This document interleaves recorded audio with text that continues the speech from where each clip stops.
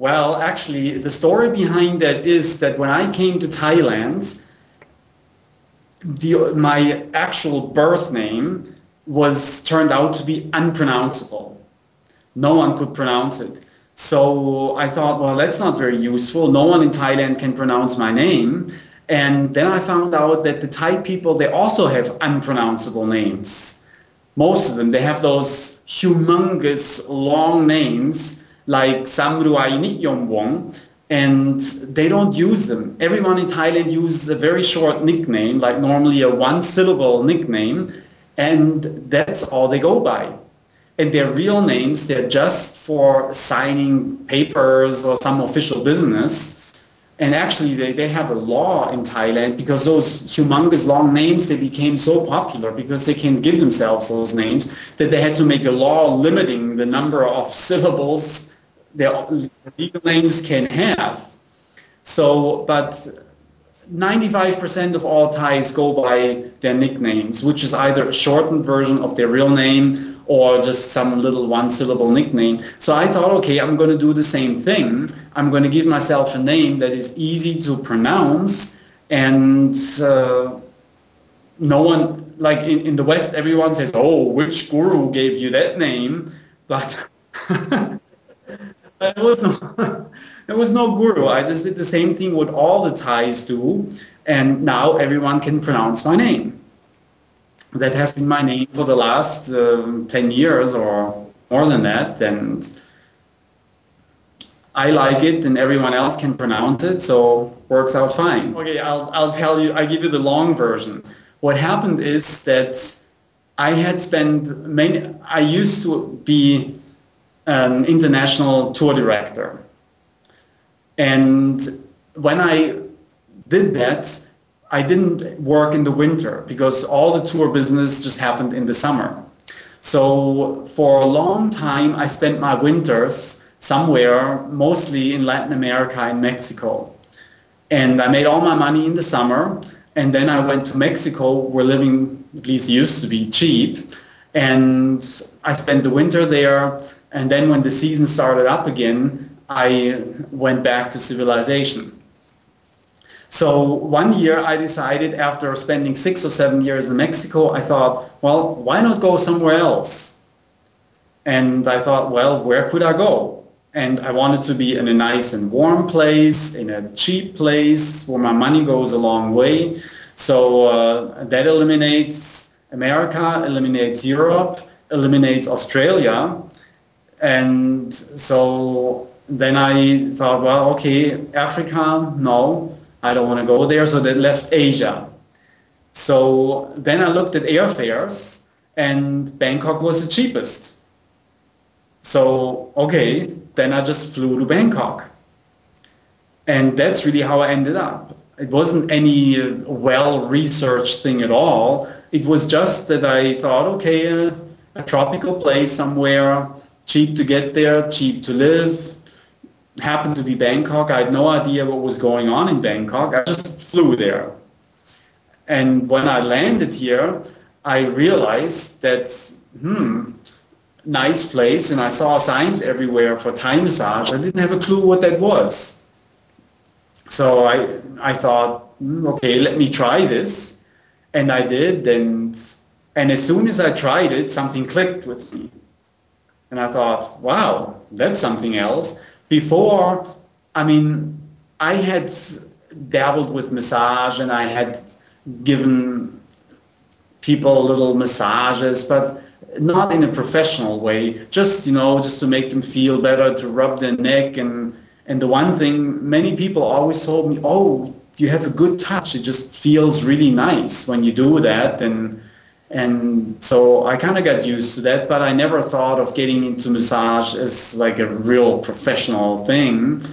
And when I ended up in Bangkok, I got myself this first Thai massage, and I noticed a few things. One was that it was similar to yoga.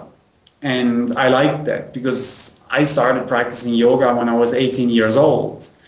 So, I mean, I'm not such a great yogi. I mean, I didn't do it seriously every day, few hours, but I mean, I kind of kept up some yoga practice through most of my life. And I like that connection to yoga. I like the fact that it is a massage that can be done easily anywhere. You don't have to take your clothes off. You don't get yourself full of oil. It can be done in open spaces. You don't need private room because you keep your clothes on. So there were many things I liked about it. And that's how it started.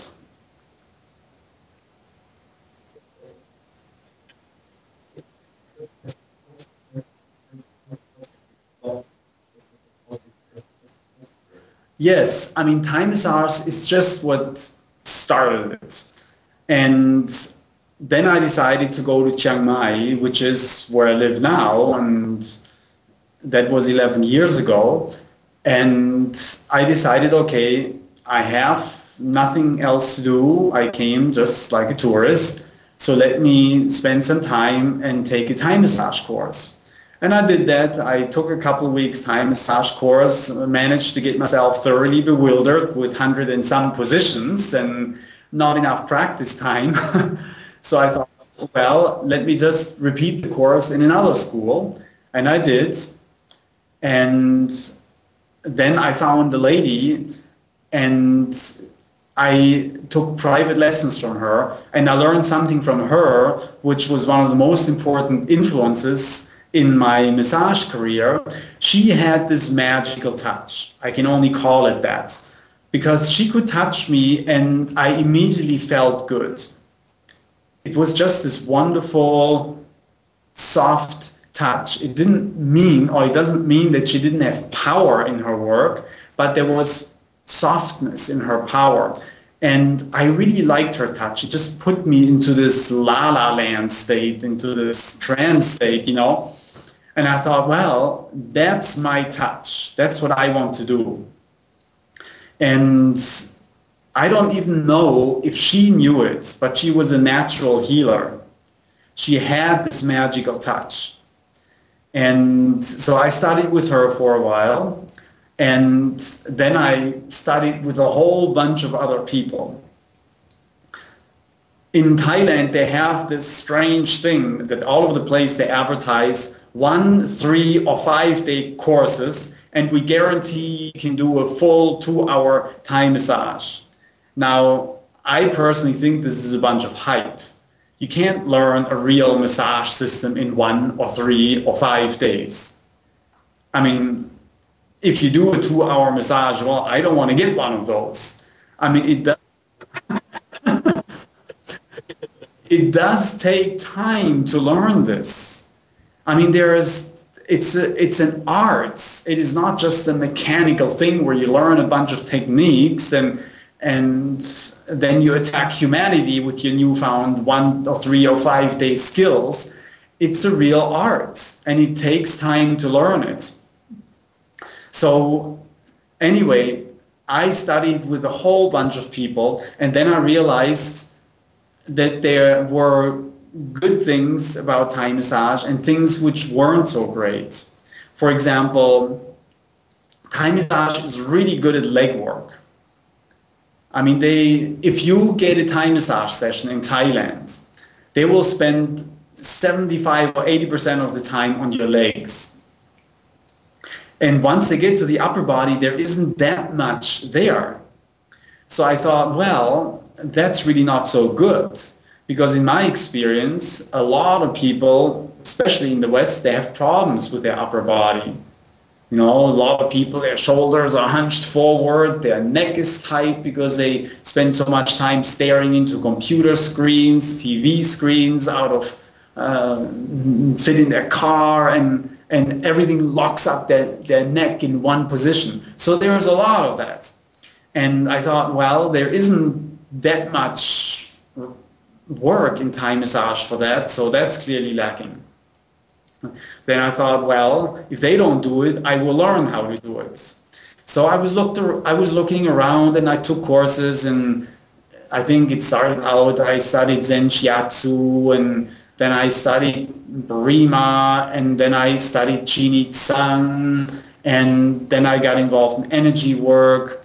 I always because I had been doing yoga and meditation for so long, I liked energy work. So I studied quantum touch healing, and then I studied medical qigong and all kinds of things. I probably forgot some, but I put all those things together and implemented them as part of my Thai massage. And I really looked at this in detail and thought, which are the strengths of Thai massage and which are the weaknesses of Thai massage? And for example, belly work in Thai massage is really either non-existent or pretty bad. They just press real hard. So I replaced that with some Chin-Tsang work, which of course is exclusive abdominal work.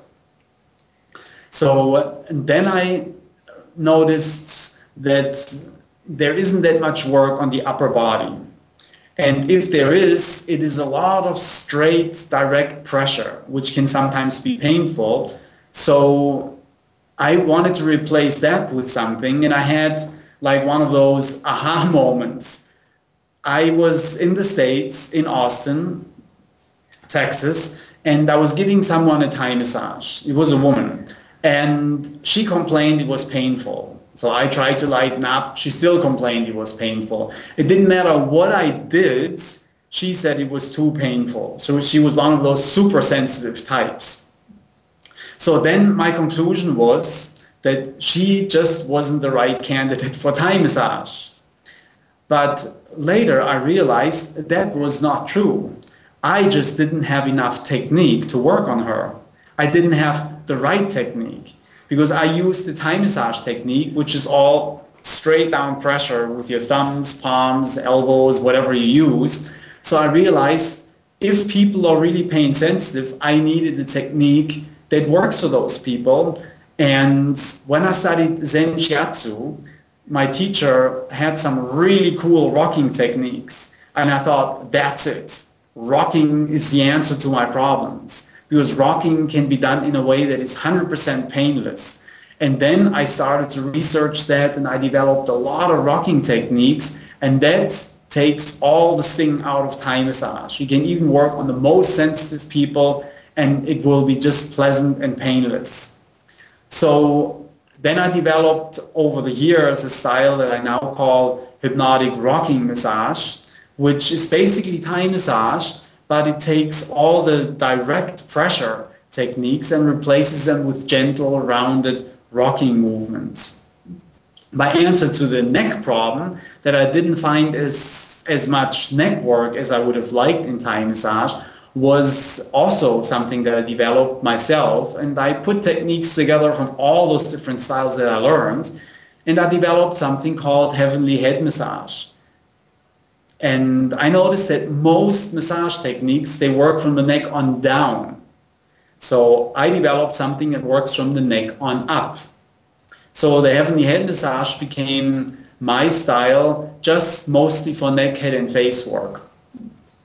So over time, I just morphed into different styles that have Thai massage as an original base, but expanded out from there. So that's kind of what happened.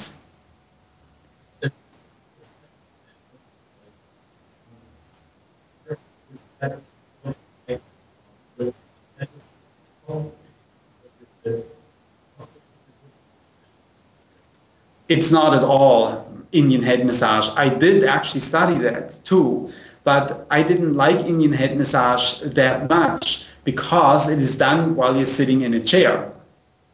And you cannot 100% relax in a chair. I mean, you have to hold yourself up. And they use just normal chairs.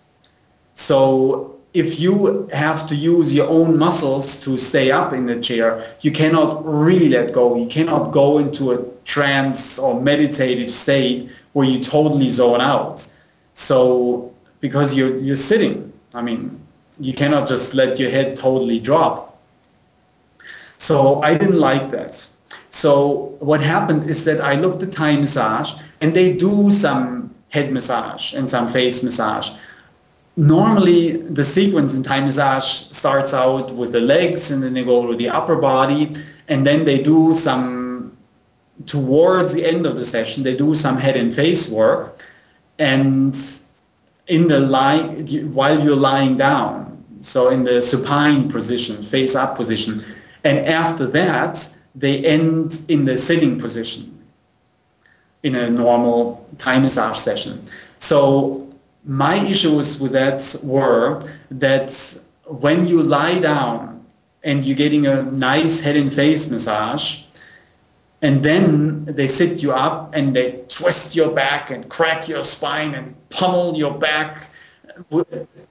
So I thought, well, that's not a nice way to end it. And I thought it would be much nicer if you end it in the supine position and you get a wonderful, relaxing head and face massage, and then you can go into La La Land, into a trance. I thought that would be a much nicer way to end the Thai massage, and I changed that. So I've never ended a Thai massage in the sitting position, because I think the sitting position is not a nice way to end the massage, because again, you have to hold yourself up. You need your own muscle power, and you cannot really relax while you're sitting. So my heavenly head massage became my end for all my Thai massage sessions. And what it is, it's basically, if you use it as a standalone version, it's 15 minutes of upper chest work, 15 minutes of neck work, 15 minutes of head work, and 15 minutes of face work. End it in the supine position, and you get a wonderful, relaxing head and face massage, and then you can go into La La Land, into a trance. I thought that would be a much nicer way to end the Thai massage, and I changed that. So I've never ended a Thai massage in the sitting position, because I think the sitting position is not a nice way to end the massage, because again, you have to hold yourself up. You need your own muscle power, and you cannot really relax while you're sitting. So my heavenly head massage became my end for all my Thai massage sessions. And what it is, it's basically, if you use it as a standalone version, it's 15 minutes of upper chest work, 15 minutes of neck work, 15 minutes of head work, and 15 minutes of face work. The way how it started, that while I was developing it, I always used at least parts of it as end of my Thai massage sessions, and people told me, wow, that feels amazing. And I just went into a space where I have never been before. I totally went into this trance-like state, and I thought, I'm onto something here. And I actually developed a reputation for my Thai massage that was to some degree based on how I ended it with my heavenly head massage, because everyone just loved it. And then people said, I would like to learn how to do that, because many of my Thai massage clients were massage therapists. About half of them, when I worked in the States, really about half of my clients were massage therapists. So a lot of them said, wow, that heavenly head massage, that is amazing. I would like to learn how to do that. So then I developed the manual and I started teaching it, and it became like a full-blown modality. So, and first I used some Thai massage techniques, and then I added techniques that I learned in shiatsu and in Brima and in Swedish massage and massage that I just received. And I added my own inspirations, and I turned it into a style that has a logical sequence that flows, that can be repeated and that can be taught. And that name Heavenly Head Massage just came to me as, it was like, it just popped into my head, Heavenly Head Massage. And it rhymes a little bit and it sounds nice, and that name stuck. And for example, out of all my YouTube videos, the Heavenly Head Massage one is getting more views than all of them combined practically. So I love the Heavenly Head Massage. Heavenly Head Massage is something which is part massage work and part energy work. So when I do it, I go into this real meditative state, and I take my clients into that state with me. So we're both ending up meditating, basically. So it's something that I love practicing. If people want to know what kind of meditation I do, I can honestly say the heavenly head massage is my preferred meditation that I do in my life. Yeah. And do the locals there get upset or really territorial with you performing different things like this? Well, let's say if you would set up a massage shop in Thailand and you say you practice Thai massage, yes, you would create a big problem. And I would never do that. So you can't hang a shingle out in Thailand and say, I do Thai massage, where you just compete with, thousands of other people. Because there are literally thousands of massage shops all over Thailand. So you cannot compete with that. But if you do something totally different, then nobody really cares. Thais are very traditional. You see, what happened with Thai massage in Thailand is that originally it came from India, Thai massage.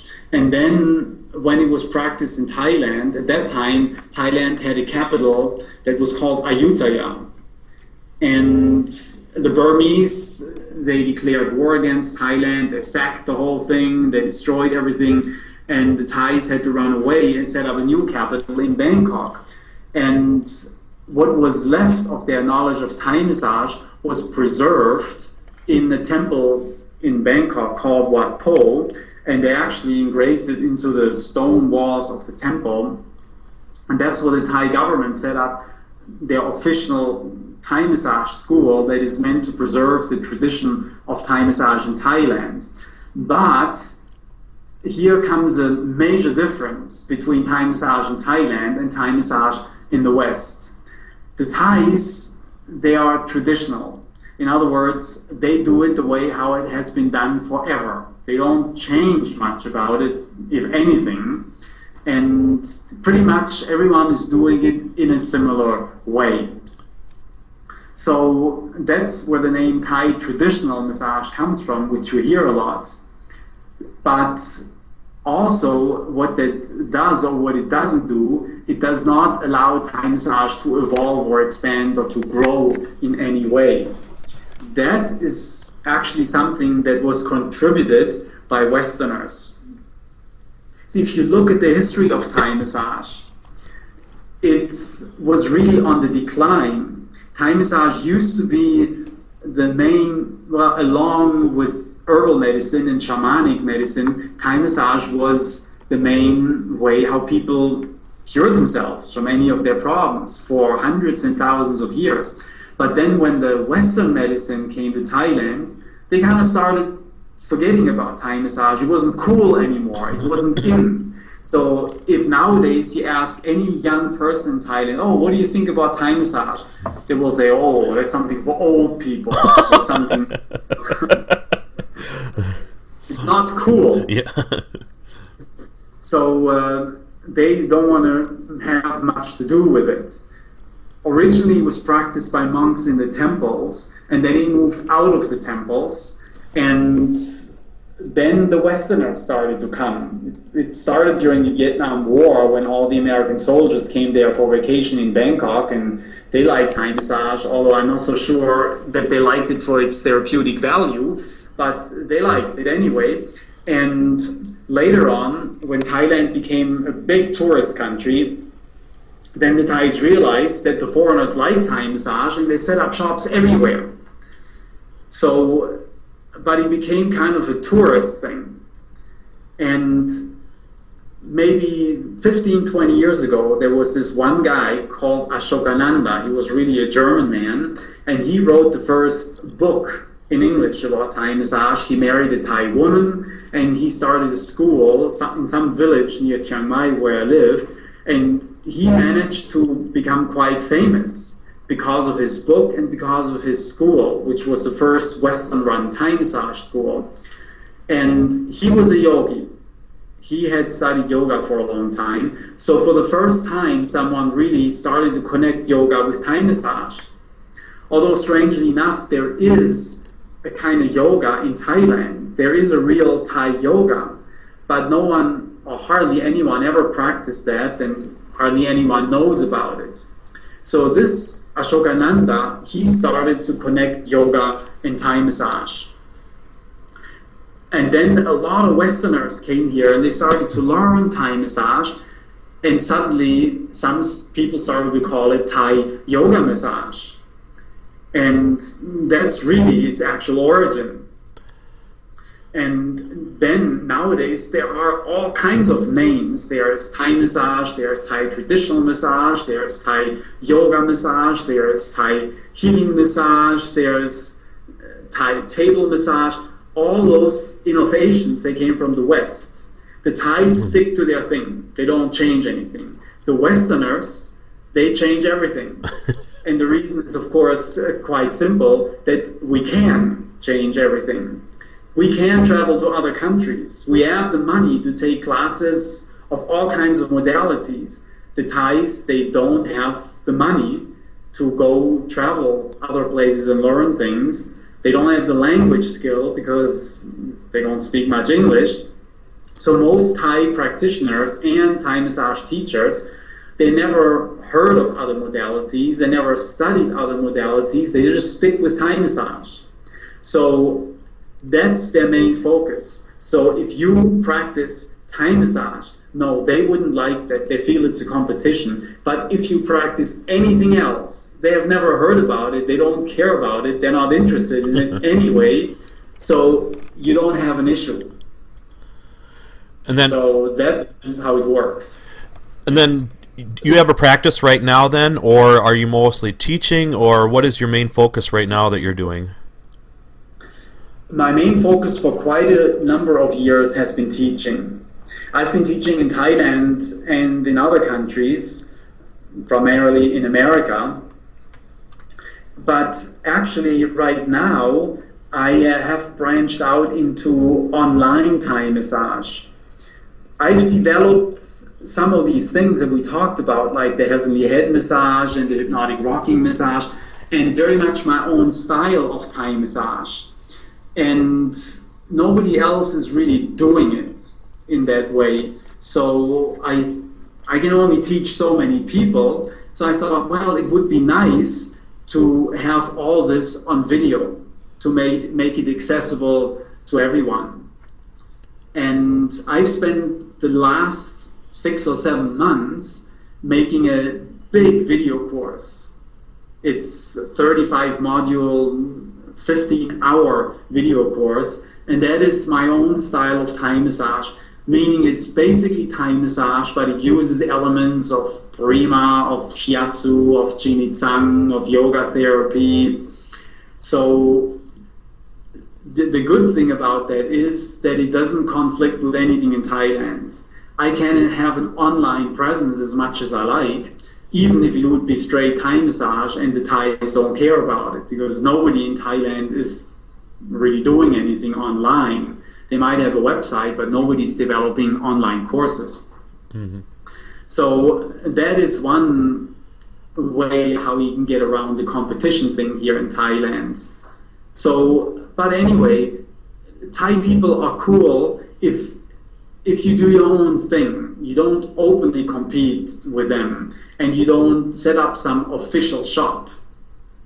They're cool about things. So if you work in Thailand in a more official way, then it has to be done with a Thai person. So the Thai person has to own the business, has to run the business. You can do it if you're married to a Thai woman, for example, and it's her business. She's a therapist also, and you just kind of work with her, but she's the main person. She has the paperwork straight, she has the license and the official shop. So that's how Ashokananda did it. He was married to a Thai woman, so that's how he could get his status set up legally. And when you teach people there in the physical form, do you teach more foreigners or do you teach more local people? No, absolutely no local people. Thai people would let's say, I can't say never, but almost never would they take a course from foreigners for several reasons. One is the language issue, that most Thais don't speak very good English. So it's harder for them to follow when the class is all in English. The second thing is that courses by foreigners cost more than the courses they can get, because the Thai government has set up some schools where the Thais can study for relatively cheap. And of course, they are run in Thai language. And the other thing is that the Thais, like we talked about before, they try to stick more to the traditional version. And many foreigners, they get quite creative with Thai massage. I mean, even when I watch your videos about Thai massage, I see you do things that I've never seen in Thailand. And last week when you interviewed Patrick, he did things that I've never seen before. Like his what do you call it? He has bench. Yep. Body saver bench. Yep. Yes, the body saver bench. And a friend of mine who is doing Thai massage in Spain, he developed some kind of devices that enables him to walk on people's back. So Westerners, they're very, very creative. They come up with all kinds of new things, and they develop new techniques. And I think it's a good thing. Because if Thai massage would only stay in Thailand, in one sense, yes, it would be traditional, but I don't think that traditional is really a good brand name, because it's also a limiting factor. It keeps Thai massage stuck, in a sense, in a way that never allows you to grow, to expand, and to morph in anything. I mean, someone invented it all at some point, right? Yep. So what's wrong with inventing some more things? And things change. For example, if you work in the West, you have to use different techniques than if you work in Thailand, just because in the West people are much bigger, they're stiffer, they're heavier. In Thailand, people are much lighter and much smaller. So you have to adapt. So it's good if Thai massage as a style gets some new energy, some new technique, or some interesting modifications. So in my mind, that's a very positive thing. And are most of the therapists there, are most of them female then, in Thailand? Yes, the majority of them are female. What really happened here is that most, or a very high percentage of Thai massage therapists in Thailand, they come from Isan. Isan is the northeastern region of Thailand. It's the region the region that is economically least developed. And it's, I mean, most people are farmers there, and they just grow rice and watch buffalo for a job, which is a rough life.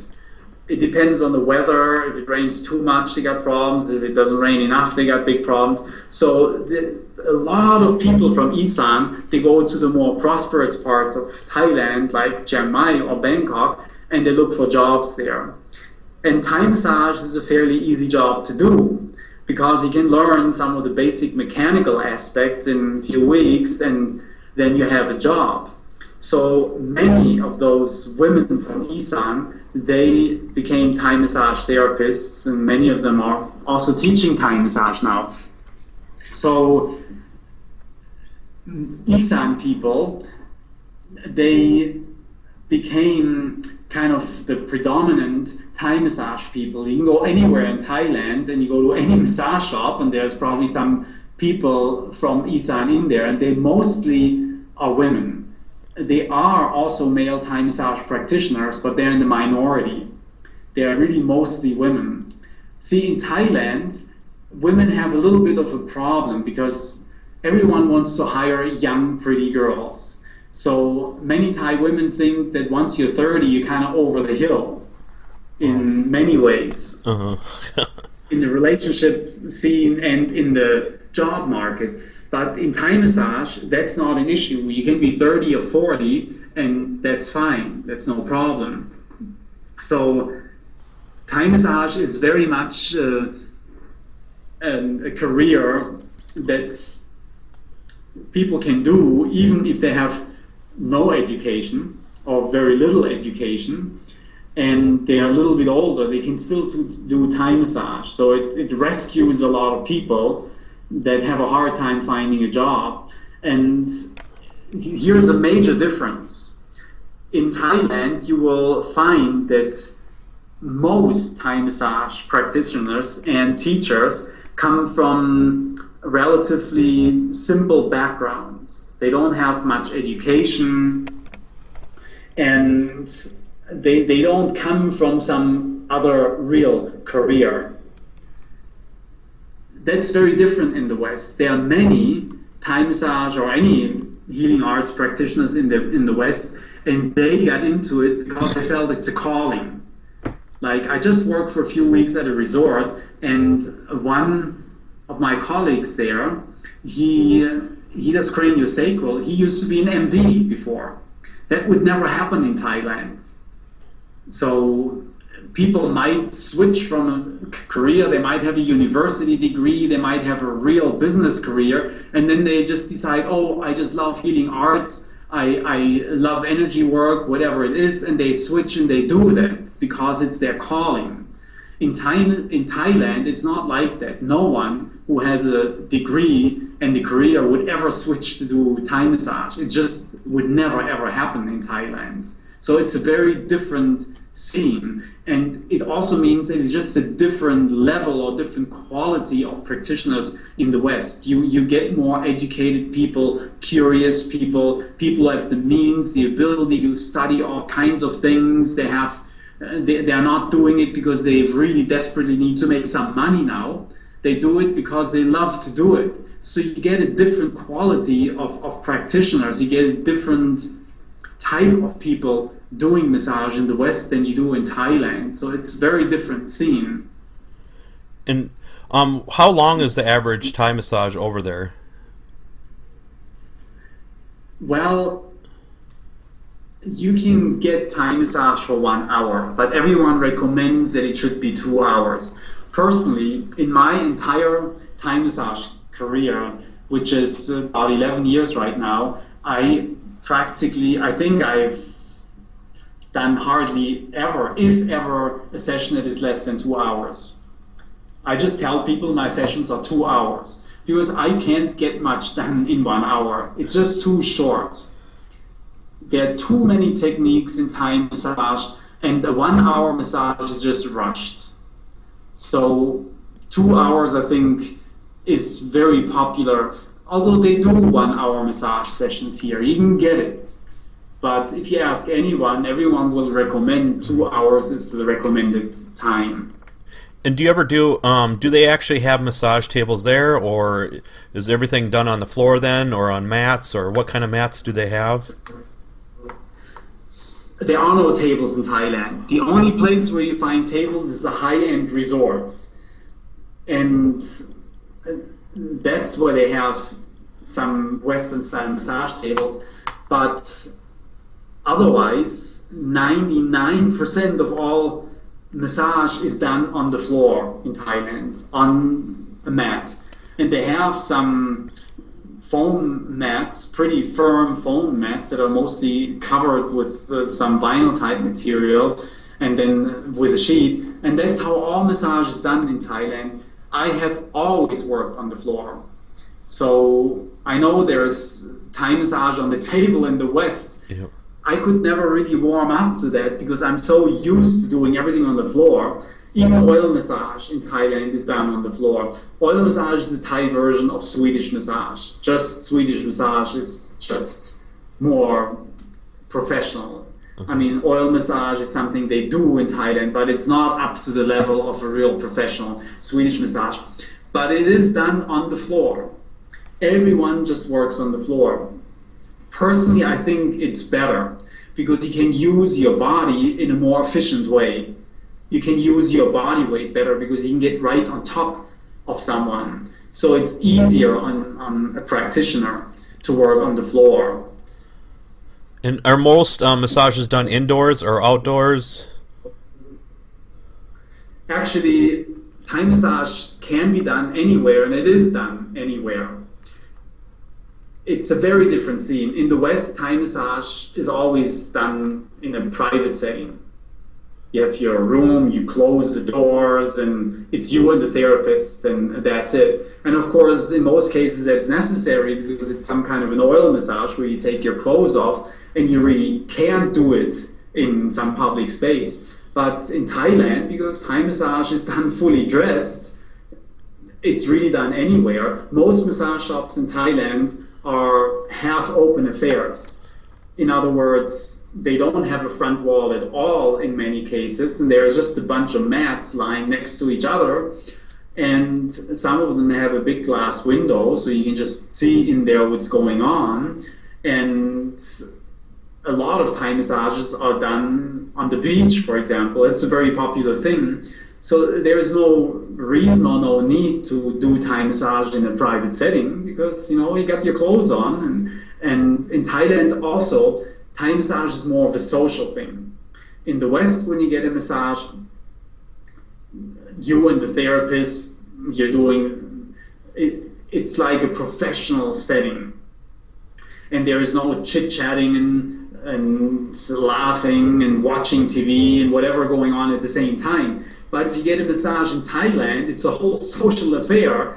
The women will give the Thai massage, they chat with each other, there might be a TV running somewhere in the back, and the people who receive the massage, they chat with each other, and they chat with the therapists, and many times it's a real social setting. It's not like a real professional setup. So it's more of a fun thing. People, many times they get Thai massage because they like the socializing aspect of it, and I have to say quite honestly, a lot of the female massage therapists, they use it as a way to find themselves a boyfriend or a husband. And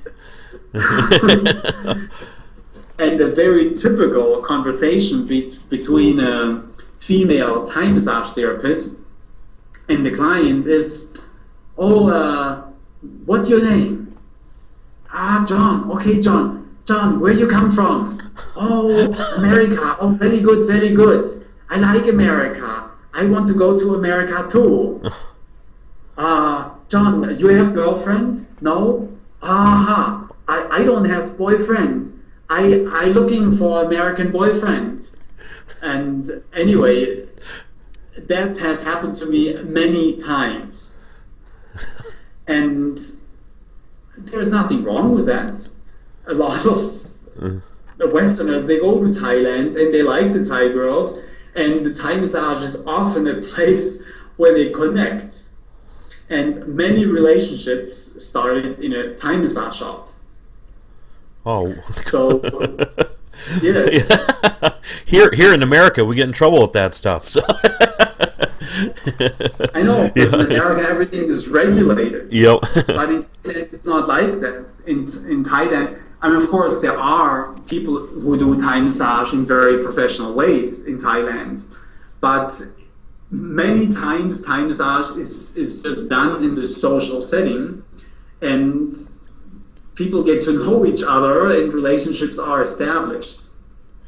So it's a very different scene. It's not so regulated and controlled and governed by various agencies like in America or in the West. Do you think you like that better then? There's not as many regulations then, or? Well, I think, let's look at it from two angles. America has a lot of regulation, and in some ways that's useful and that's helpful. No doubt about it, that this has its benefits. But also, there is a side to it that's stifling. There are so many rules and so many things you have to be careful about. There are so many issues. I mean, you can get sued very easily. You have to get draped meticulously, and you have to follow so many rules that sometimes for someone like me, I've spent my entire massage career for the most part in Thailand, and I didn't have to deal with any of those rules, I felt a sense of freedom from that. That feels good to me.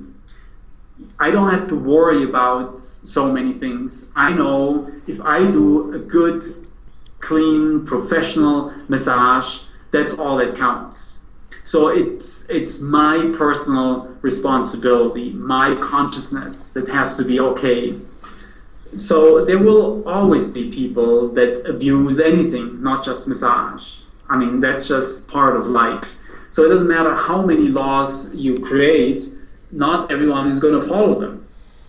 So there are rules and laws in Thailand for the Thai massage therapists also. It used to be like that there are no laws at all in Thailand. So you just learn it from your mother, from your grandmother, and you just do it. But the Thai government, they kind of clamped down on that. And nowadays, therapists in Thailand, they need a license. They have to study a certain amount of hours. And if you open a massage shop, you have to have the right licenses and the right paperwork. So if you are Thai, you have to follow the rules also. As a foreigner in Thailand, you're kind of in between two worlds. You don't have to follow the American rules. You don't have to follow the Thai rules. So you have a lot of freedom. And that is really a nice thing. I have to say that. So personally, I prefer working without having to deal with all the rules. Now, but I'm just talking about me as a person. I'm not talking about a system. I know they have the rules in America to safeguard the system as a whole. Now, I only have to safeguard me and my consciousness and my way of working. So for me, I like the fact that I don't have to deal with all the rules and the laws. Yeah, so it makes my life easier. Yeah, definitely. And your girlfriend is a Thai therapist too, right? Yes, I did meet her in a massage shop, by the way. Okay. Yes, I met her a long time ago, many years ago, in a massage shop where she was working. And I went to that shop and I said, can anyone give me a decent head and face massage? Because I always liked that. And the owner of the shop said, okay, try this girl. And she gave me a massage and we started talking. And so it developed into a friendship and developed into a relationship. And so we are an example of many here in Thailand, how you can meet someone in a massage shop and it turns into a relationship. And many times it turns into a good relationship or into a marriage. So that's something that's fairly common here in Thailand. And it's a nice thing because it's really a good place to meet people, because many of the women there, they want to meet someone. And what's wrong with meeting someone? I mean, they can still do a proper professional massage. And many Westerners, they want to meet someone, and that's just a convenient place to do it. I know in America that wouldn't be an acceptable way of doing things, but here in Thailand, things are different, and that's how it works. And many times that's just fine. Yeah. What is the average price for a 2-hour massage there? Massage here is very cheap. That's one of the wonderful things. You can still get a Thai massage for something like $4 an hour at the low end. So between $4 and $6 an hour, you can get a massage in most parts of Thailand. If you go to a higher end place, to a massage shop or to a spa, yes, you can pay more. But personally, when I get a Thai massage, I pay around $5, $6, and there's no reason to pay more.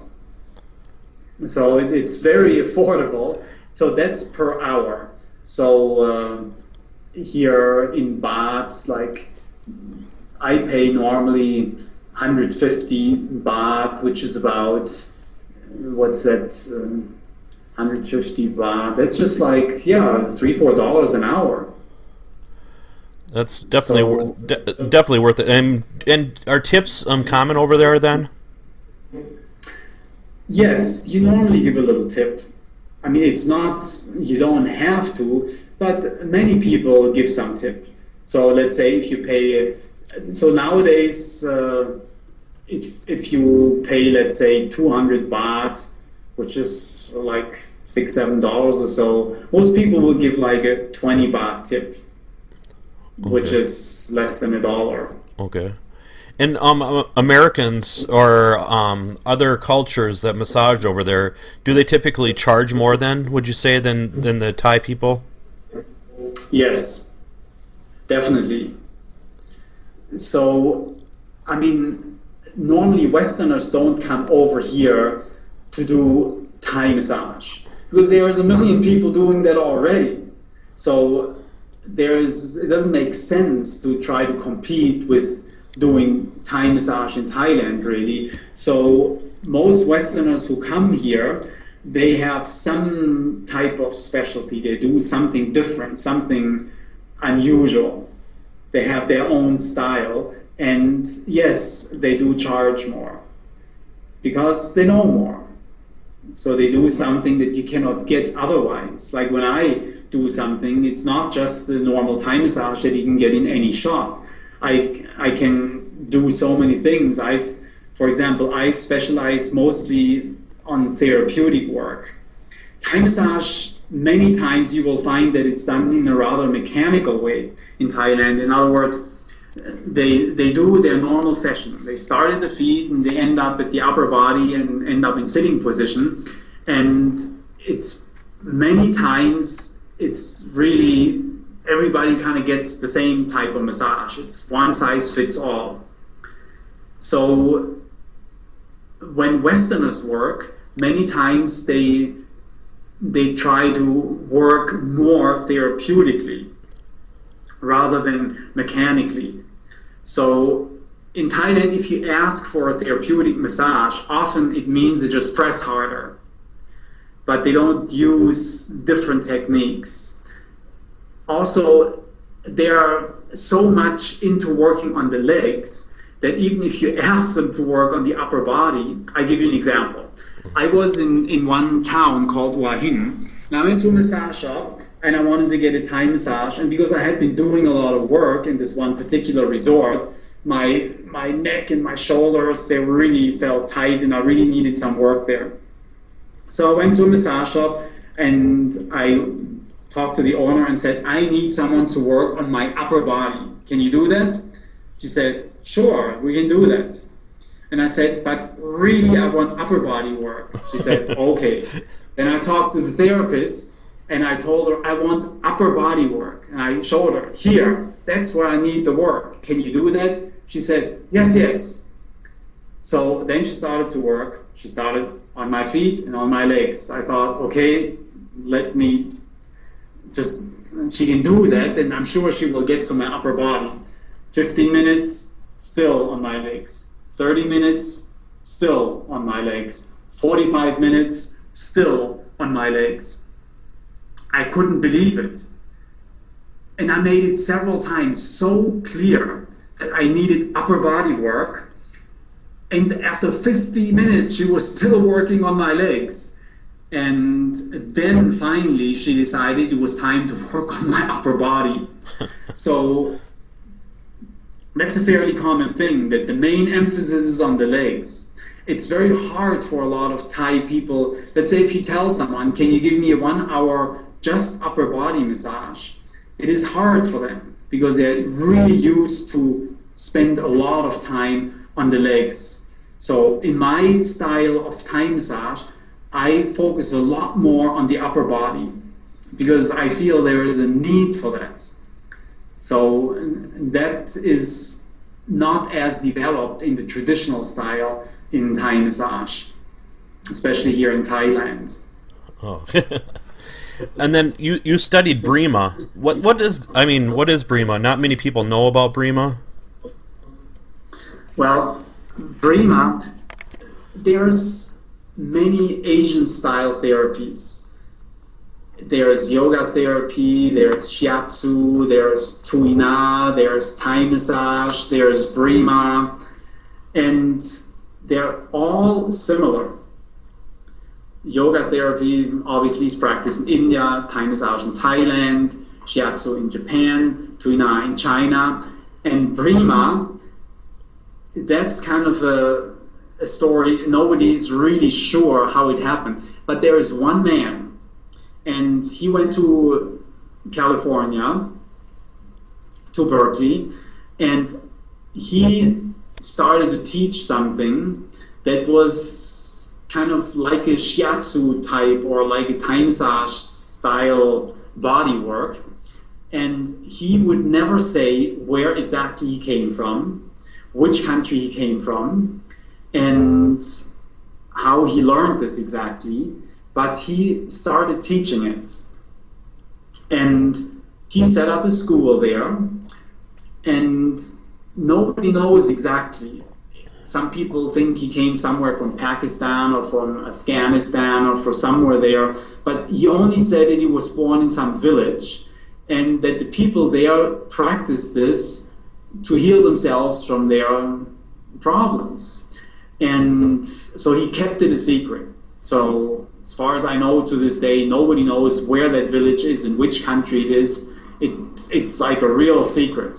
But anyway, he set up a school in Berkeley, and he was teaching his bodywork system.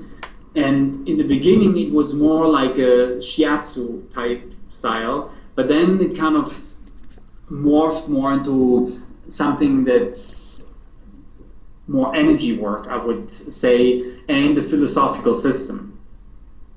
It's, well, I don't know, there are individual people teaching it, but there's only one main school in Berkeley, and I studied it there also. So I would say it's like a mixture between a philosophical system, like a self-improvement system, and the body work is part of it. It's not taught as the main thing, but it's part of their philosophical system.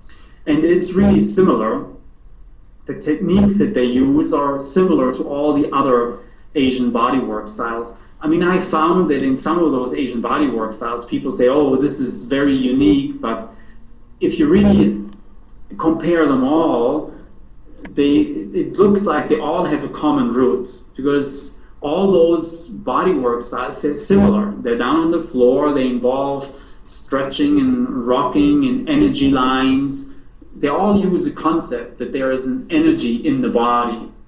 And they might call it Qi in China, or Qi in Japan, or Lum in Thailand, or Prana in India, whatever. But it's all based on the concept of energy lines in the body.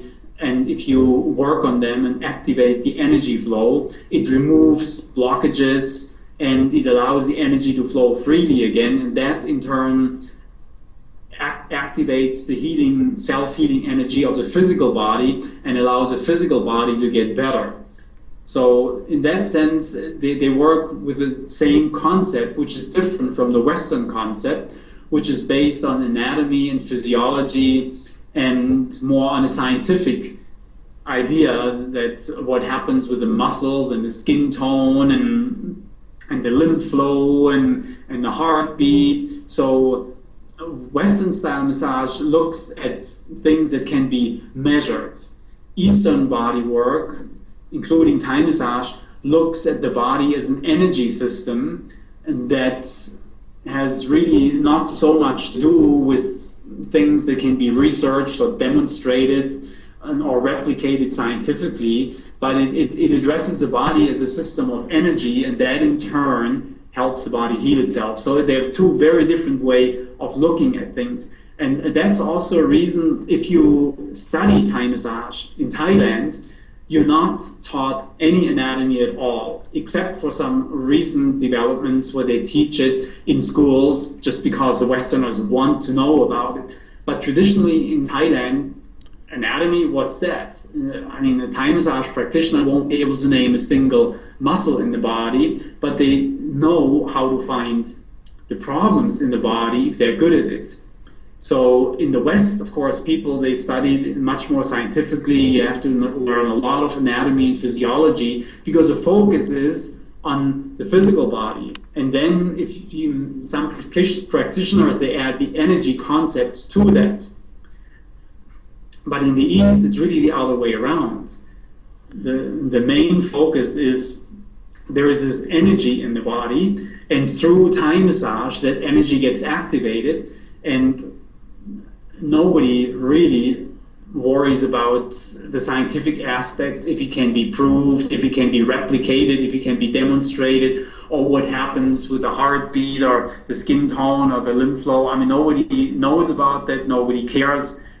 I mean, if you talk about it, people would be totally lost. What are you even talking about? So it's a very, very different learning style or learning environment. And why do you think most Asian styles it's with the clothes on, and most Western styles it's with the clothes off? Well, one thing is that Asians are just more shy when it comes to that. It's kind of hard to get Asians to take off their clothes for a massage. They mostly don't do that very much. So Westerners are a little bit more free when it comes to that. So there's a cultural issue here, for sure. And the other thing is that Thai massage, along with all those Eastern modalities, they're much, much older than Western massage styles.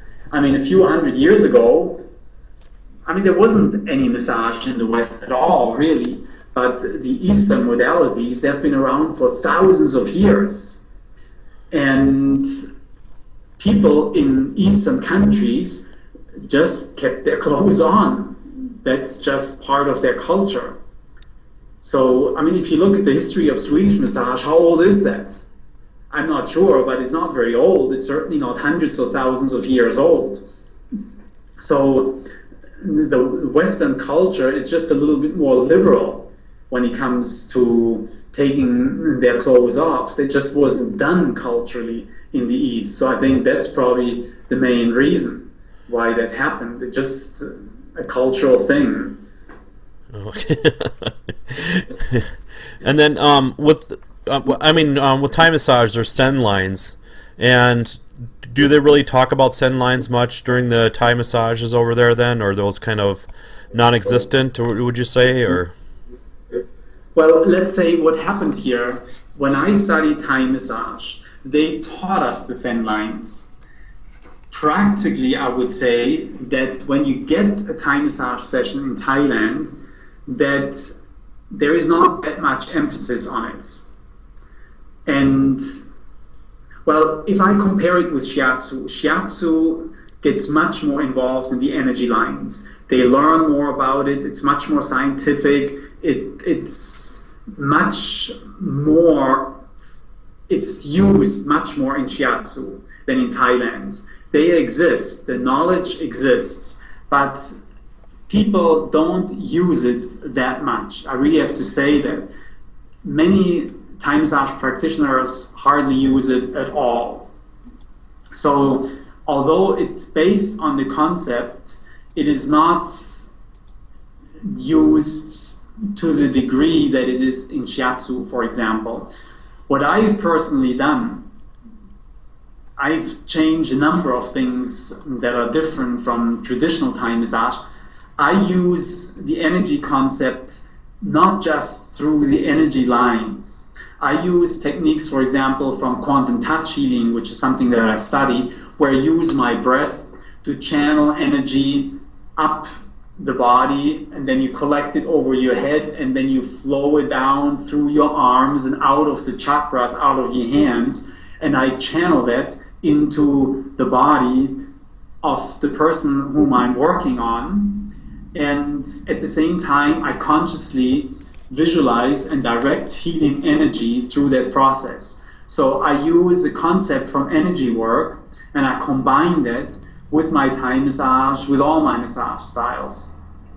So that's not really exactly the traditional way in Thai massage, where you use precise energy lines. I do that too, and I have studied that quite in depth. Actually, I had a very good teacher. But I also use other energy concepts. For example, I use concepts from medical Qigong, which I've studied in Minnesota, where you live, right? Oh, yeah. And so, and that also uses ways to channel energy into someone else's body, and that's very easy to incorporate into my Thai massage, and especially the heavenly head massage. So for me, massage is not a mechanical thing at all. Personally, I think that the mechanical aspect of massage is really only the first level. That's where you learn how to push, pull, yank, stretch, and press somewhere. But that's really not the goal of massage. Just like in yoga, you can learn how to stretch, but the goal of yoga is to connect your body through those yoga positions to a higher level of consciousness. I mean, yoga means connection, of course. So in the same way, for me, massage means that you use all those physical things that you do to bring someone's level of consciousness into a more peaceful, into a more relaxed state, into a state where healing can occur. And in order to really do that, you need more than just some mechanical way of moving things around, which is good and useful and it has its benefits, but you can bring massage to a much higher level. And that's what I like about the Eastern approach, and that's what I like about energy lines. And of course, you can use energy, like I just talked about, in many ways, but it allows you to bring massage from the level of a massage mechanic to a healer. That is done through energy, through intention, through channeling energy, through visualizing, just through activating energy in your own mind, in your consciousness, and transmitting that to your clients. Okay. Yeah, so, I mean, would you say over in Thailand they're into energy a lot more than over here in the West? Well, I would say that originally, yes. But nowadays, I've seen a lot of really good development. For example, if I go and look at websites of Thai massage practitioners, I see a lot of people who have studied a number of different things and who have added so many valuable things to their Thai massage practice, who also know about energy work. So I would say nowadays, the Westerners have really, they moved away from, at least many of them moved away from using Thai massage just as a mechanical system, and it's evolving towards using energy more in the Thai massage. So, I mean, I think if you just go and study in a school in America, they will teach you mostly the mechanical aspects, because you have to know that anatomy and physiology and all those things. But once you really practice it and you get good at it, you develop a feeling for it. I think every good practitioner after a while realizes that massage is just more than a way of just physically working with some muscles and bones and tendons in a body. And I think that is definitely happening in America more and more. And the truth is that Thai massage and yoga, both of these, were declining in Thailand and in India respectively. And it was the interest of the Westerners that brought it back to a level where it has become now a phenomenon all over the world. I mean, 15, 20 years ago, no one knew about Thai massage outside of Thailand, and it just wasn't practiced much. And in Thailand, people didn't care that much either. Now, basically, every spa on the planet wants to offer Thai massage. It's same with yoga. 50 years ago, I just had a conversation with an Indian journalist, And she said, she's in her 60s now, she said that when she was young, there weren't many yoga schools in India, and there wasn't that much interest. And then all the Westerners came, and everybody got into yoga, and a lot of yoga gurus went to America, and especially during the hippie days, and all those different groups started developing, and thousands of Westerners, they all wanted to learn yoga and meditation and went to India, and many ashrams were opened, and they catered mostly to Western students. So, and then yoga has become a household word all over the world. But that was because the interest of Westerners. And the same thing happened with Thai massage. It was because of the interest of Westerners that Thai massage has become popular all over the world now. So the Thai massage that we see nowadays is really and mostly due to the influence of Westerners. So yes, in Thailand it is being practiced in a traditional way, but it was exported all over the world by the Westerners. And I know in Lomi Lomi, they kind of want to have that their style kind of sacred in a way, and they don't want things out as much, and you could sometimes get permission from the elders to give everything out. But is it this kind of the same way in Thailand or not?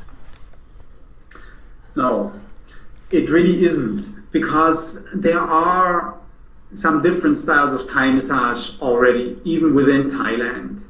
I mean, some people classify the southern and the northern style. They are really mixed in many ways, because there are some schools in Chiang Mai, which is the north, where they teach southern style, and there are many practitioners in the south, and they studied northern style. So it's kind of fairly mixed nowadays, but there isn't really one sacred style of Thai massage. Some people would say it's what is taught at Wat Po, because that's the official place that the Thai government set up to preserve Thai massage as a style in Thailand. So you could say that. But the place where Thai massage is really being taught more than in Bangkok is Chiang Mai, in the north. That's where the vast majority of all Thai massage schools are in Thailand. And that style is a little bit different from the southern style. So I wouldn't say that there's like this, like you mentioned about Lomi Lomi, that the elders really try to make sure that things don't get diluted in any way. Thai massage, just like yoga, is undergoing an evolution. Just like yoga, you know, now you have Bikram yoga and Ashtanga yoga and Vinyasa yoga. Most of those styles, they didn't exist 50 years ago. The Westerners invented them. And it's the same thing with Thai massage now, that a lot of those Thai massage styles, like yesterday someone sent me an email and said, I just created my new website. It is Zen Thai massage. Well, that's clearly a Western invention. Thai massage on the table, clearly a Western invention. My style, Thai healing massage, which includes elements of rocking, of heavenly head massage, of Chinichang, that's a Western invention. So Thai massage is developing outside of Thailand in a way that cannot be checked and shouldn't be checked, and the Thais really, they don't care what's happening outside of Thailand anyway. So Thais are not that possessive about things in general. They're fairly easygoing. They have a word for that. Sabai sabai means take it easy, it's cool, it's okay, it's fine, no problem. So they are more like that.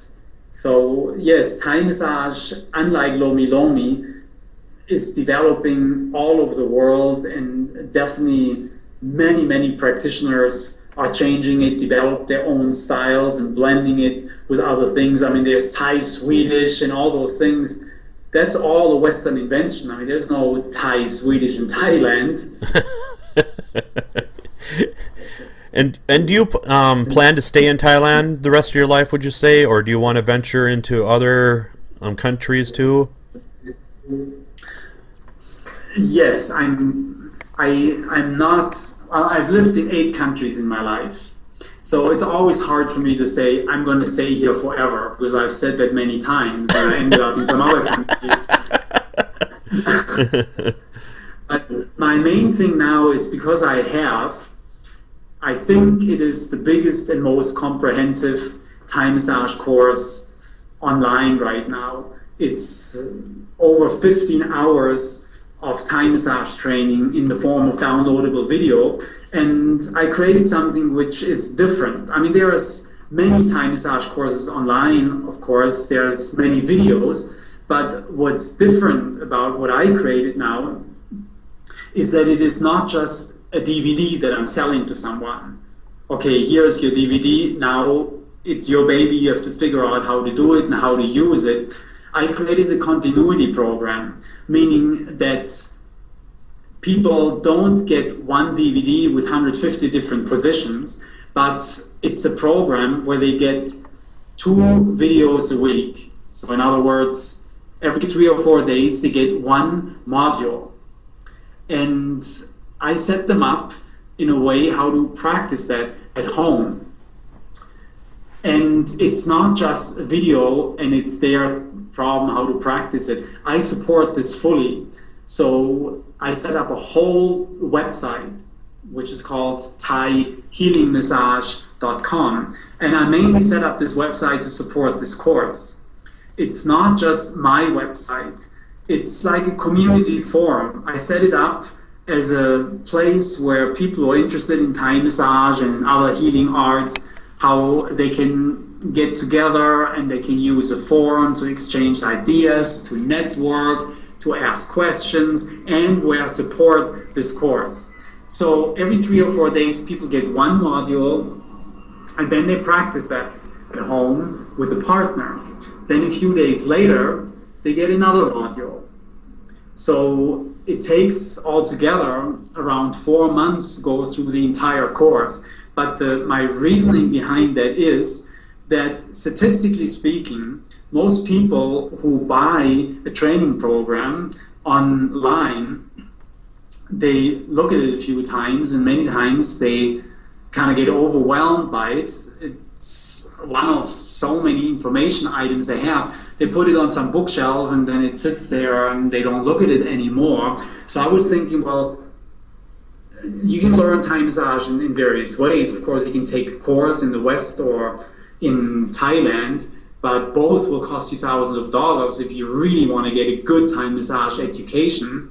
The problem with many DVDs is that you get all the information dumped on you at once, and there's not much support in general if you buy a DVD. So I wanted to design a system where people can learn Thai massage without spending lots of money that live courses cost, and without getting all the material dumped on you at once. So that's why I developed the system where you learn it slowly over a period of months and in a way that is fully supported. So in other words, I am there for people. They can talk to me on the phone, they can email me, they can communicate with me via the forum on my website.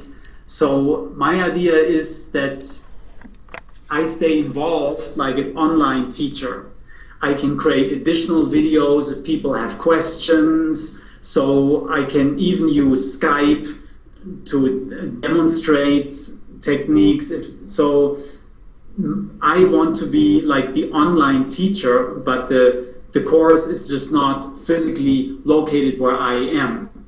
But I set it up like a real ongoing teaching program so that people can learn it via video, but they won't get overwhelmed because they don't get it all at once. And if they do get stuck, if they do have questions, I'm totally available just to explain things, answer questions, and support them.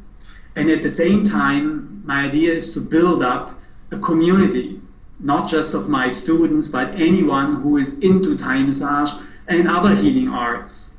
So sometimes I meet people both in yoga and in massage, people who say, oh, this is my style, it's secret, and I won't tell you unless you take my course, and it's proprietary.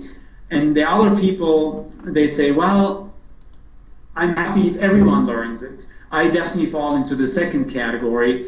I'm thinking, well, I've developed some pretty unique styles, some really good, valuable material, and I don't want to take it into my grave. I mean, I can teach so many people only, so I really want to share as much as I can through YouTube videos, through free courses, like I have a 6-part mini Thai massage course that I give away for free on my website. And I'm happy to share as much as I can. And I always had this vision that if many practitioners get together and they freely share what they know, they try to inspire each other by showing their best techniques, and they practice on each other, and they say, let's say, okay, so what if you have a shoulder problem? Let's just share all our best shoulder techniques, and we can all learn from each other and find ultimately our clients will benefit, and we all feel inspired because we're not stuck in our little world. We open it up so that we all become better, we all become inspired, and everyone will benefit.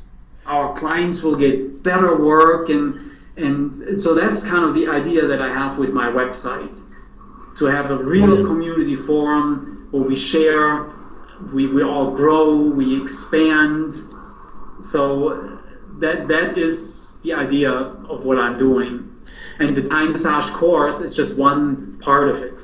And if people want to go slower at it, can they do that then? Or is it kind of a certain system you want to keep up with them then? Well, the course modules, 35 of them, they're delivered on an automatic schedule. So the way how I have it set up is that you can start the course at any day. Let's say you started on Monday. If someone buys it, whatever day they buy, let's say it's a Monday, they would get their first module on a Monday. The next module they get 3 days later. The next module 4 days later, then 3 days later, then 4 days later. So it's always on a 3-4-3-4 schedule. And the reason why I'm doing that is because in this way they will always get, let's say, one module on Monday and the next one on Thursday. So in the next one on Monday and next one on Thursday. So throughout all 4 months, they know Monday and Thursday they get a module. The reason why I did that is because in this way they can set up their practice time. They always know when they get it. So let's say they find a partner and they can say, okay, we practice every Thursday and every whatever, Saturday or whenever they want to set it up. Because they know when they get their new course module, so they can organize their teaching much better than if they never know when exactly they're going to get them. Because the idea is that this course fits into their life. It's part of their life. They can organize their life around it. Unlike a life course, you have to put your life on hold and you go and you focus just on studying. This course is designed so that it's just part of their everyday life. And that is why I have this 3-4 schedule, so they always know which day of the week. And of course, if your first module arrives on Tuesday, then your next one will arrive Wednesday, Thursday, on Friday. So then they're on a Tuesday, Friday schedule, or on a Wednesday, Saturday. So that's why I have it set up that way. And that's why I can't change it, because otherwise I can't maintain that same day of the week program. And then with the actual program too, I mean, can people actually go back to it too? Let's say they need a refresher on the techniques and. Well, I think that's what I really like and about it, and why I designed it that way. If they ever forget something, I've taught a lot of live classes, Thai massage live classes, and my standard class was 3 weeks long.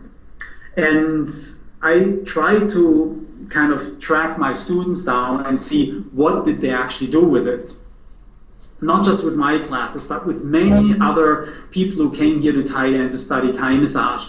And what I found is that many of them, they take the class. And of course, a 3-week class, that's a lot of information.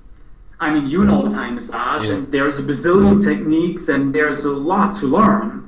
And if that's all new, then after 3 weeks, your head is spinning. And the only way that you retain it is if you start practicing right away, very seriously. Yep. If you don't, I can guarantee you, you will forget it very quickly. And I've seen that so many times. I always told my students, if you don't practice it right away, you will forget it. But, you know, they travel around in Thailand, they go to the beach and they hang out for a while, and they go home after a month in Thailand, they catch up with their life again, and they look at their scribbled course notes and they can't remember half of what it's all about. So, and that happened with many people, not just with my students. I asked people, and that's just a very typical story. So I wanted to create something that enables people to really retain it better. And with this video program, they can always go back to any video, and the videos are labeled, they have names, and they know, okay, I can't remember what to do about the legs, let's say. So they look at all their videos, their lists, and this one says leg work session 2, and they can just go back and watch that again. So they don't have to look at all their scribbled course notes that they took during some live course, but they can go back to the video and they can watch it again. So that they can't remember is just not an excuse anymore, because they can always look it up. So that is my hope, at least, that this will enable people to learn it and retain it. And do you also have the hypnotic rocking massage and the heavenly head massage in the course too, or is that something going to be separate later on? It's going to be something separate later on, but I use elements of both of them in my course. So I don't go much into the heavenly head massage really in the course, but I do introduce some rocking techniques. So the hypnotic rocking massage is something I want to create a separate video course on. But really, if people use my present course, they will learn quite a few rocking techniques. So I expose them to the concept. But the rocking is something that can be done as a really standalone modality. And I am planning to create a video course just about that. The heavenly head massage is something that I've been teaching, and I still teach many courses about that.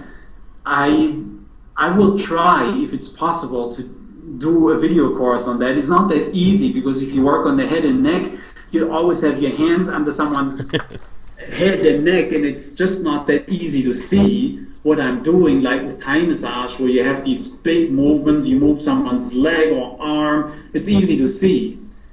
With neck work and head work, it's not as easy to see. So I will try, I will see if that's possible.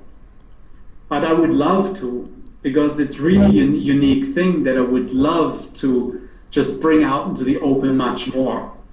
It's actually one of the reasons that made me very well known, because most people say, oh, I've never experienced anything like that heavenly head massage.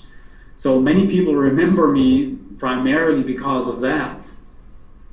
And for example, in one of the spas that I worked, although I offer heavenly head massage and other therapies, all they ever seem to see on my flyer is the heavenly head massage. So it's just something that has like a little magic pull to it, I found, and I love doing it. Like I mentioned, it's my main meditation. It's a real catchy name, and it's just something that works extremely well. So I really want to make it available to as many people as I can. Okay. And then with the courses, I mean, you said like twice a week people would give videos, and how long are those videos for? Let's say one day or Tuesday when you get that group of videos. How long is it usually? So every video is maximum half an hour. Most of them are between 25 and 30 minutes. So I made that intentionally because you can fairly easily practice something that you learn in a half-hour video. I go really slow, so you get close-up video and really detailed instructions, and I don't rush things. Like when I studied Thai massage here in Thailand, they gave us every day like 20 or 25 new techniques. It was just really overwhelming. What I do is I teach just a few techniques in 25 or 30 minutes, and I give many alternatives. For example, I say, okay, so this is a leg stretch, but how do you do that same leg stretch if you, as a therapist, are small and your client is big and tall? How do you modify the technique then? Or how do you do this on someone who is a flexible yogi type? And how do you do the same stretch on a real stiff person? Sometimes you just have to modify your technique. So I give, many times I show one technique, but then I show 2 or 3 or even 4 different ways of doing it, depending on the size and physical condition of the therapist and the receiver. And the other thing that I do is that I try to help people to preserve their body. You know, Thai massage, there's a lot of linear pressure, thumb pressure. In Thailand, they use way too much thumb pressure. And I remember Patrick talked about that last week, also that there is just a high risk of injury if you just constantly press with your thumb and with your wrist and you bend your hand in this 90-degree angle. That's a dangerous thing, and a lot of people burn out thumbs and wrists if they do it that way. And I have to admit, when I started practicing Thai massage here in Thailand, I did all this thumb pressure and wrist pressure thing, and I ended up with a thumb joint infection in my thumb that took me a year to totally cure. Oh. So since that time, I've always been kind of on a mission how to do Thai massage and how to teach Thai massage in a way that involves less thumb work and less bending of the wrists like that. And that's one of the reasons why I don't like the traditional energy line work in Thai massage, because it is all thumbing. And it is really hard on the thumbs. That's one reason why I modified my energy work and I use more medical Qigong and quantum touch energy techniques, because you don't need your thumbs for it. So I think that's also why I developed a lot of the rocking techniques, because if you rock your wrists, they are always in this flowing motion. You don't use them like this, straight down pressure where you bend your wrist real hard. So the rocking techniques, they take all that pressure off your thumbs and off your wrists. I can rock various body parts with my thumbs or with my hands. Actually, I can pretty much turn almost any Thai massage technique into a rocking technique. And besides feeling very nice and besides being 100% pain-free, they are also 100% riskless. In other words, there is never any danger that you injure yourself.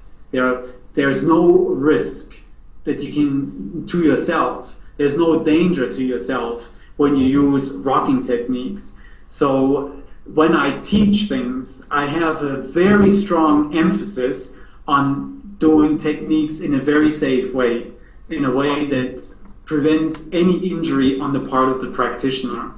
So I go into great depth. I don't just show techniques in my courses. I go really slowly. I teach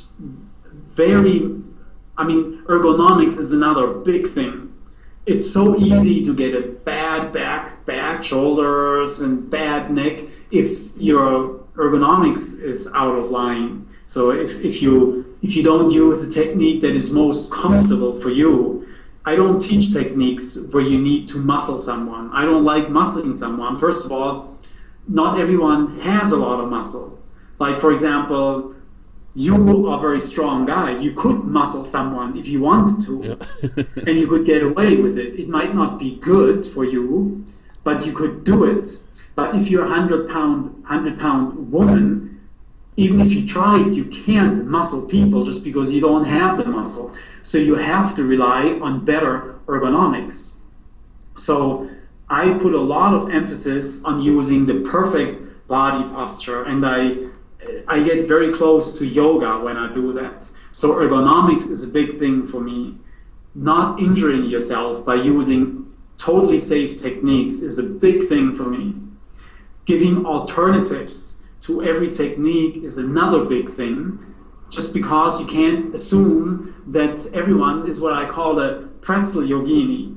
You know, many times when you watch Thai massage clips on YouTube, a lot of the people who demonstrate, they use the pretzel yoginis, you know, like women who are amazing yogi types, and they can turn themselves into a pretzel shape. And you can do all those far out Thai massage techniques with them that look, you know, like they turn themselves literally into some pretzel shape, and they make great models. And I admit, I mean, that's the easiest model to use. You can't do anything on them. They're just perfect as models. But in real life, most of my clients never looked like that. They were just normal people with aches and pains and stiffness and overweight problems, and I couldn't just use all those far out amazing stretches on them. I had to use other techniques. So yes, the yogi models, they look great, but in real life you're going to get a lot of people who are just the opposite of them. So when I show people how to do a stretch, I try to go the whole spectrum, like how do you do it on the flexible yogi types, and how do you do it on the overweight, stiff, 220-pound type. It's not the same techniques. How do you do it when you are a big, strong practitioner or when you're the 100-pound girl? So I really go into great depth. So that is why I only teach a few techniques in each session, but people can really learn it that way. I try to answer all the questions before they even come up. And then in America, we're so hung up on indications and contraindications. Do you go over some of those too in your video courses? Yes, I have a course manual that goes along with it, and I have a lot of written material with it. And so I have, for example, a list of contraindications. But I have to say that the way how I teach Thai massage is really safe. I don't teach any dangerous techniques. There are some Thai massage techniques that are potentially dangerous. For example, sometimes on YouTube, people always love to show off the most amazing techniques. Like in yoga, same thing, you know, like someone has a picture taken for their yoga book or for their yoga class. They use some really cool, amazing, far out, super duper technique that looks great, but most people just can't do it. Anyway, that's fine. There's nothing wrong with that, as long as the teacher realizes in Thai massage as in yoga, there are people who can't even touch their toes. And in Thai massage, you will have many clients, they just can't do any of those fancy stretches. And you have to take that into account. So when you use those fancy techniques, the contraindications are much more of an issue. But most of the techniques that I show in the videos, they are not super fancy techniques because, first of all, they're very hard to teach in a video. You really need someone to do them with. It's better to do it. So I focus on techniques that are fairly easy to learn, that can be done on pretty much everyone. And I also explain for example, if someone is very stiff, you can't do it. If someone has such and such whatever condition, you can't do it. So I incorporate some of those contraindications, but I really stay away from things that are potentially dangerous in the first place. And in Thailand, would you say they perform some of that more dangerous stuff, or do they just stick more with the generalized stuff? Well, unfortunately, I have to say that sometimes people do dangerous stuff in Thailand. I remember in Bangkok once, I got a massage, and there's this one technique in Thai massage, where the person is in a sitting position and they put the hands behind their head and then you yank them around and crack their spine, right? Mm-hmm. So that's a technique that they do quite commonly. I don't use that technique. I've modified it to a very slow technique where I don't really crack people's back, and instead of going like 1, 2, yank, crack, I move people very slowly and safely. It's a spinal twist, but if you do that in an aggressive way, this can be dangerous. And someone did it to me once, and I had back pain for almost a week. So that's, for example, a technique that I think should not be done unless you are really sure what you're doing and you really know your client's body. In other words, you have worked on someone before. But for someone in Thailand, just to have no idea who you are, also they never ever ask you in Thailand if you have any physical problems, any operations, injuries, fused vertebrae, metal pins in your body, whatever. I mean, there are a bazillion things that you could have wrong with you that as a therapist you really should know about, right? I've never ever been asked that in Thailand, not once in 11 years. So they just do those things. They do some techniques like this spine twisting thing, and that can be a dangerous move because you don't know exactly the condition of someone's spine. So you shouldn't do some dramatic move. There are other techniques.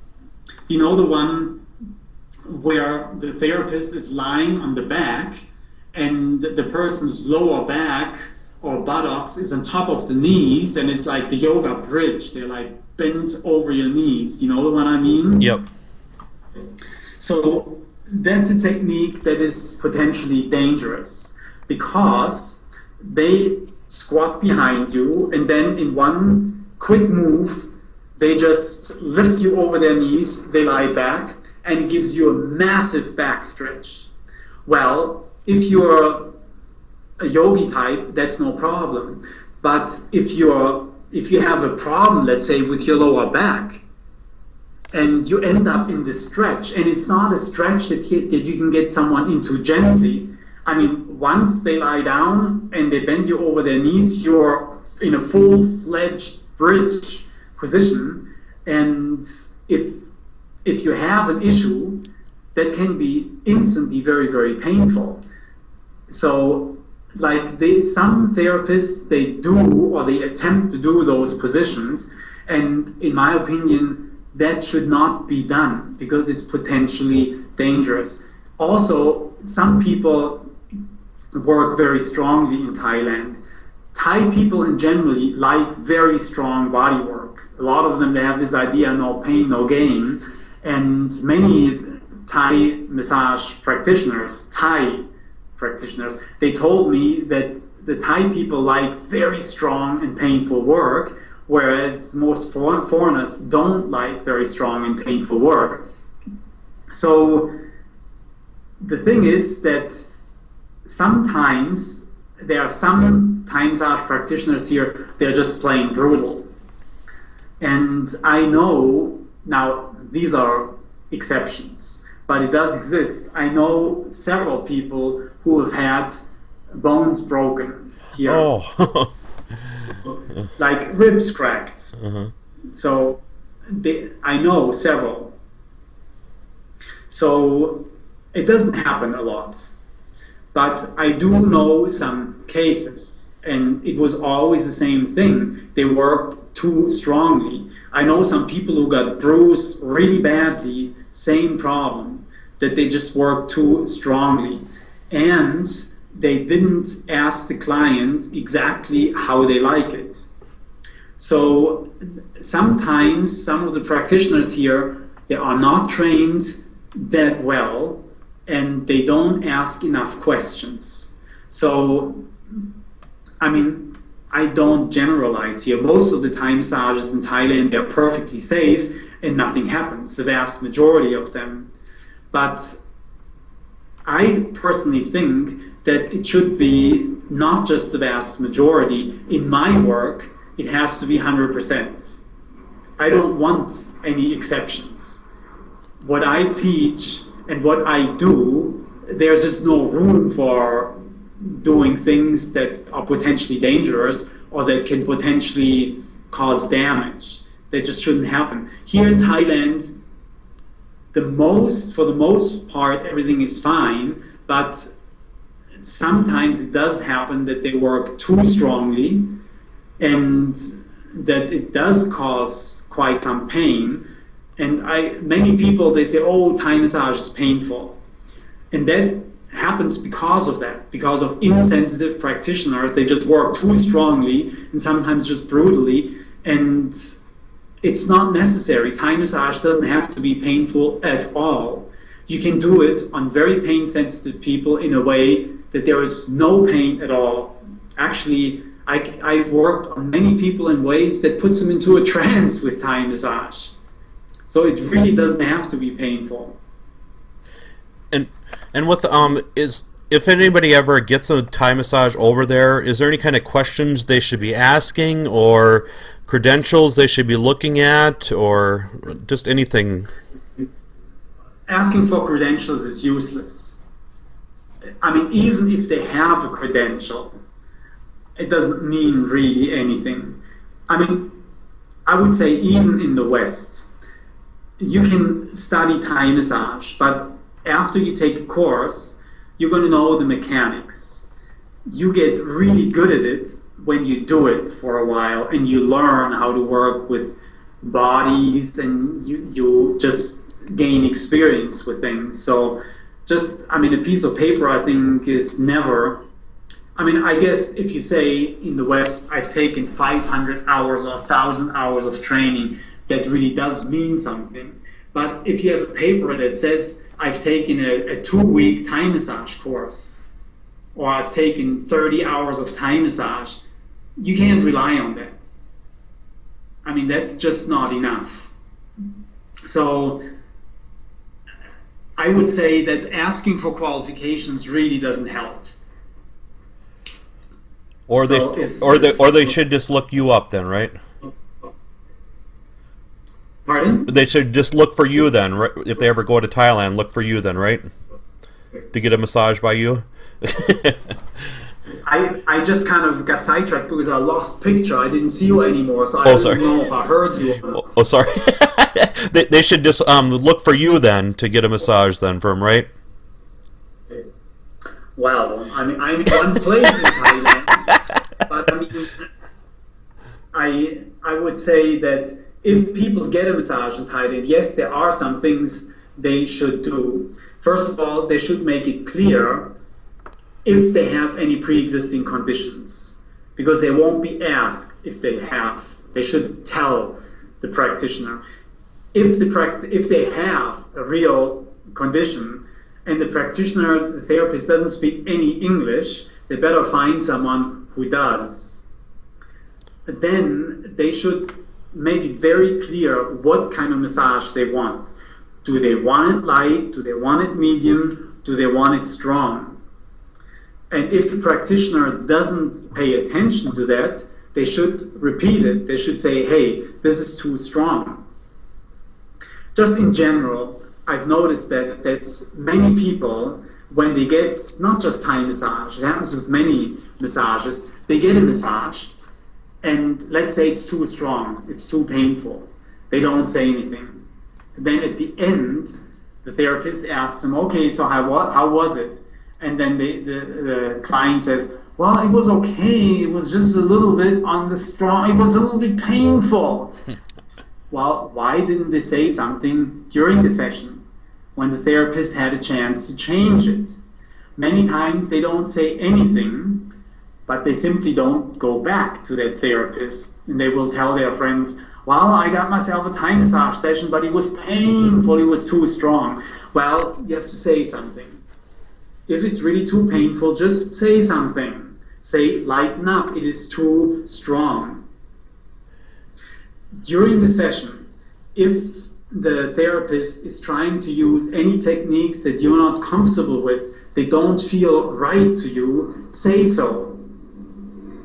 Like, for example, I don't allow anyone to work on my belly, because Thai massage doesn't have good belly techniques. They just basically press, and it's often, if they do it, which they generally don't, it's painful. So I don't allow anyone to work on my belly. And I make it clear, I don't want you to do the sitting position at the end. I like you to end with a head massage. So, I mean, you're the client, you're paying for it, you should get what you want.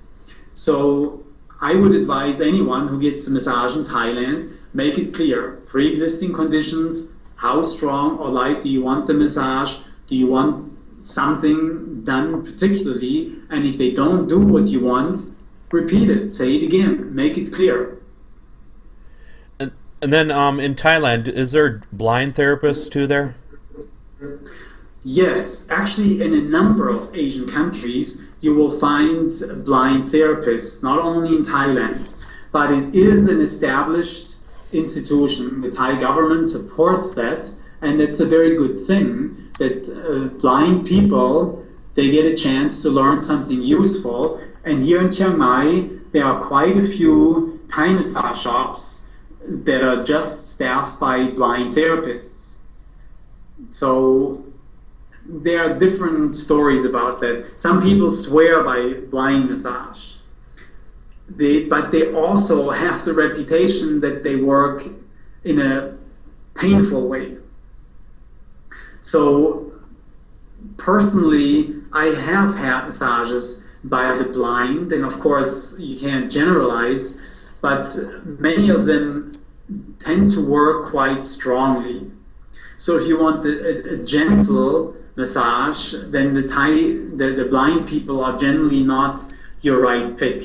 If you want something fairly strong and therapeutic, then some of them can do quite a good job. And what would you say about pregnancy massage?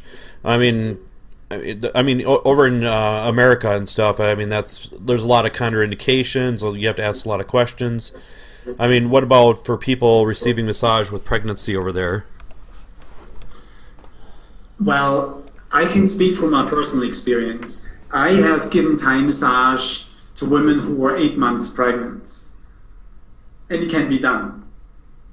In my mind, there is no problem at all, if you know how to do it. And for example, you have to use mostly the side position and put a pillow under their belly just to support it.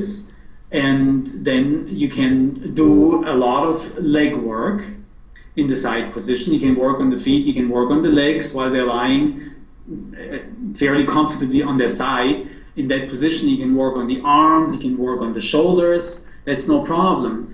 You can also do a lot of neck and head work if you put them in the right position. Now, they won't be comfortable just lying flat on your back, but if you take a whole bunch of pillows and put them like in a 45-degree position, so not totally sitting up and not totally lying down, but right kind of in the middle, in that position, you can do a lot of work. Again, you can do on the shoulders, on the arms, on the neck, on the head, on the face. So if you use those two positions, side position and kind of 45-degree lying down position, you can do a perfectly fine Thai massage on a highly pregnant woman. And I mean, I just tell the woman, if anything feels uncomfortable to you, just let me know. I mean, they have a good sense of what's right and what's wrong. So in my mind, there's nothing dangerous about it if you use some common sense. Yep. And then also, in yoga, all the yoga poses have names for everything. In Thai massage, would you say a lot of the poses have names, or would you say people kind of make up names for each of the poses? Everyone makes up their names. I mean, some of them, they might have names in Thai, which doesn't do us any good because we don't speak Thai. The foreigners, I mean, what good is a Thai name? So what most of the schools do, they give those positions some name. And I've seen that in different schools, people give the positions different names. So there's no uniform system that in Thailand, this position is called this. That doesn't exist. So I've seen all kinds of different names. So every school, if they want to, they can make up any name they want. I mean, many schools, of course, they copy manuals or names from another school, and that makes it seem like there is some uniformity, but basically there is no real system. So. Okay. And is there a lot of jealousy? I mean, over here in America, it seems like there's a lot of competition with other therapists, and sometimes they're afraid to give out information to other therapists. Would you say it's like that over there too, or not? It's also happens like that. You know, yoga and massage, they can be like a religion. You know, oh, this is my God. He's better than yours, you know. It's the same. I've seen the same concept in yoga. My teacher, my guru, he's got a special system. I can't tell you because it's sacred, you know. It's proprietary. You have to take the $3,000 course first before you can even relate to what I'm talking about. I mean, maybe I'm exaggerating here, but I mean, I intentionally exaggerate, and sometimes it's not so exaggerated either. So the same thing happens in Thai massage. I've seen it many times in Chiang Mai. People learn with one Thai massage guru, and they say, oh, he's the best, he's the one, and nobody else can touch me because they're going to mess up my energies. Only he can touch me, and only what he teaches is right. And yes, this competition also exists. And I used to be very much part of the massage scene here in Chiang Mai, but after a number of years I kind of got tired of it because I realized it's all silly stuff. I mean, we all have something to offer, something to share, and I think it is much better to find some synergy than to come up with all those divisions. My teacher versus your teacher. This style is better than that style. That's why I like to incorporate many styles in my Thai massage, and I've withdrawn from that whole scene where everyone is just touting their special guru. And yes, there are people, they are fanatically into their teacher, and year after year they come back and they go to that teacher. And that's their right. If it works for them, that's fine. But my opinion is that if you focus too much on one teacher, you exclude other options, you exclude other angles, you exclude other aspects. So personally, I don't feel comfortable with this thing that exists in religions, in massage, and in yoga, and in politics, and in countries. Everyone is into segregating their particular style and their opinion. So it does exist here, mostly in the foreigners community who come here to study Thai massage. I don't think it exists among the Thais. The Thais are kind of cool about it. For example, there are many yoga schools here now. The Thais never go to the Western yoga schools. I asked my girlfriend, who's Thai, she takes yoga classes. I said, well, why don't you go to this Thai massage school? And she said, no, I don't go there because that's a Western school. I only go to the Thai school and there are only Thai people there. And I said, well, why is that? And she said, because the Thais, they're not into competition. If you go to a Western Thai massage yoga school, it's very competitive. But the Thais, they just take it easy. They just talk and they laugh about it. And if someone is more flexible, no one is envious, and they're not competing with anyone. It's just sabai, it's cool. But the Westerns, they're serious. They're competing, you know. What can you do? What can I do? What's my teacher? Your teacher? They're into that mentality. It's a Western competitive mentality.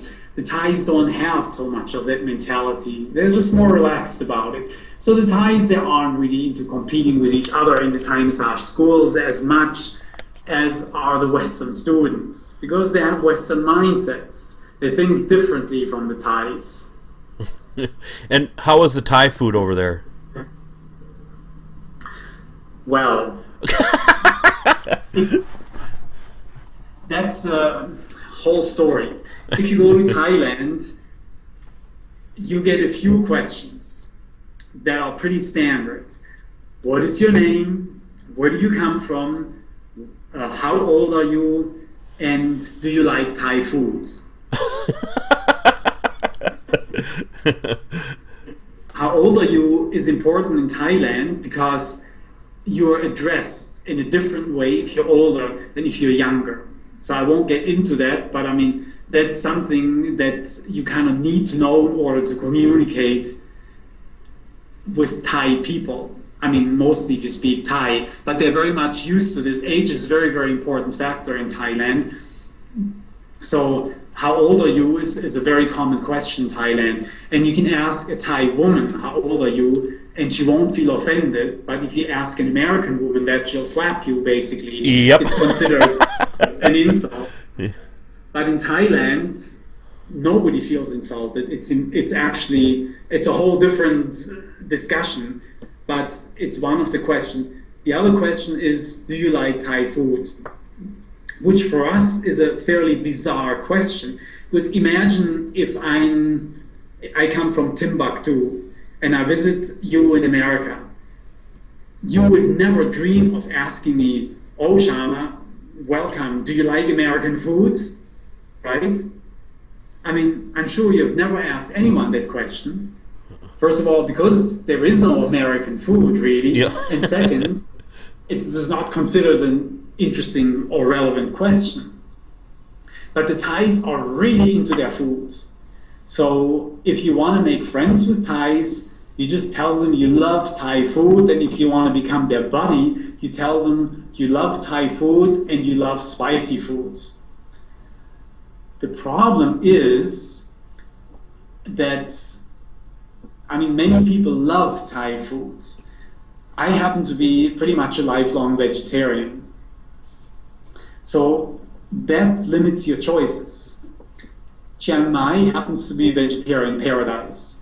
There's dozens and dozens of vegetarian restaurants. Every restaurant serves vegetarian food. Everyone knows lots of foreigners are vegetarians. You have lots of choices. But if you go to a small town somewhere in Thailand, then your choices as a vegetarian are very limited. Basically, you're going to eat noodles and vegetables for breakfast, and rice and vegetables for lunch, and noodles and vegetables for dinner. So these are your two main choices. So that can get pretty darn boring. So if you eat anything and everything, you're going to be okay with Thai food. If you're a vegetarian, you're better off in some of the major tourist places because they cater more towards foreigners and their tastes. And many foreigners who come to Thailand, especially the kind that studies Thai massage and yoga and meditation and healing arts, a lot of them are vegetarians or like vegetarian food. So personally, because I am a vegetarian, I'm not such a great fan of Thai food just because my choices are more limited. So I think the people who love Thai food are the ones who eat anything and everything. They have a lot of choice. I don't. So that's why I'm not as much a fan of it. unlike, I mean, unless you're in Chiang Mai where I live, I mean, here you can go to most Thai food restaurants and you can eat something vegetarian. But of course, in Chiang Mai, you can also eat French, Italian, and Mexican, and German, and Chinese, and Greek, and Japanese. So here you have tremendous amount of choice. But in your normal Thai town, you don't have those choices. So if you eat anything, you're fine. If you're a vegetarian, then traveling around in Thailand is definitely, you just have much less choice. And do they have rice 5 meals a day there then? Well, let's say Thai families, what they traditionally have done, they make one big meal in the morning with a big pot of rice, and they eat that same meal pretty much throughout the day. First of all, it's easy, it takes the least amount of time, and second, it's the cheapest way of doing it. So that's one way what they're doing. A lot of Thai people eat out because you can eat for, I mean, ridiculously small amounts of money. You can go to a Thai market and for 10, 15 baht, which is less than 50 cents US, there's about 30 baht in a dollar roughly.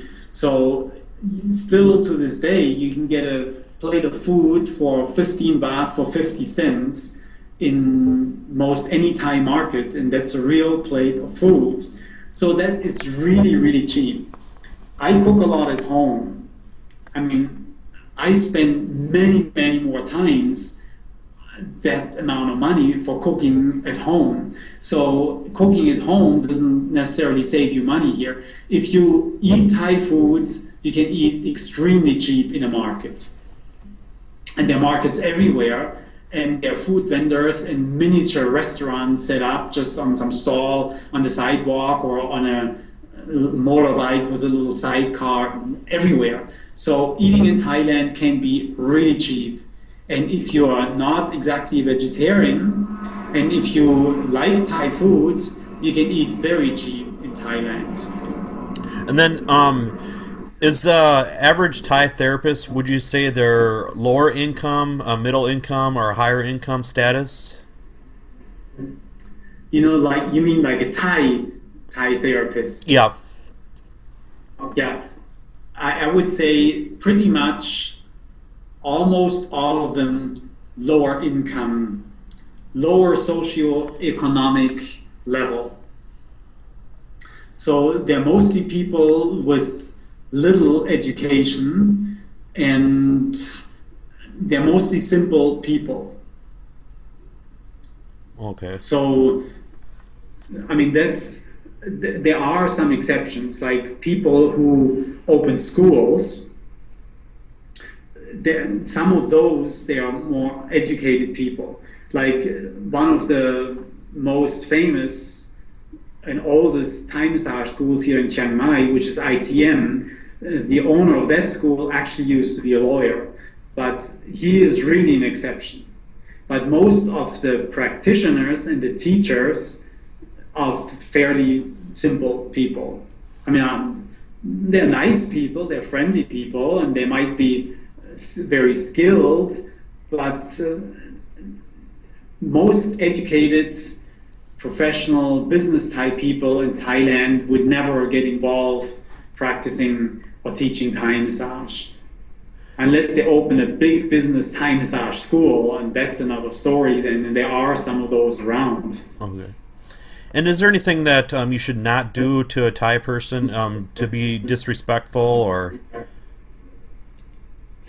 Yes, don't touch them. Thailand's a funny country. Thai massage is all about touching, but in general, Thai massage people don't want to be touched.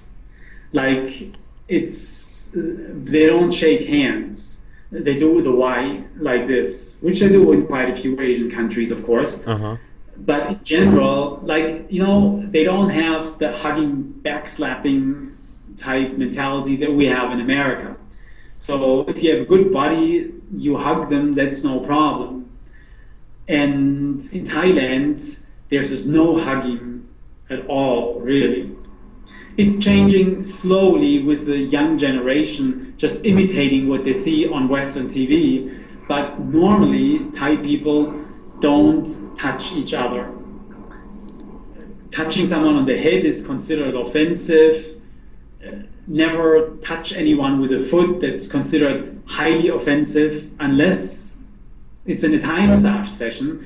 Then you can trample on people day and night, and it's considered perfectly okay. And I mean, in some Asian cultures, they'll say yes, but mean no. Is that true also in Thailand? Oh, totally. Yeah.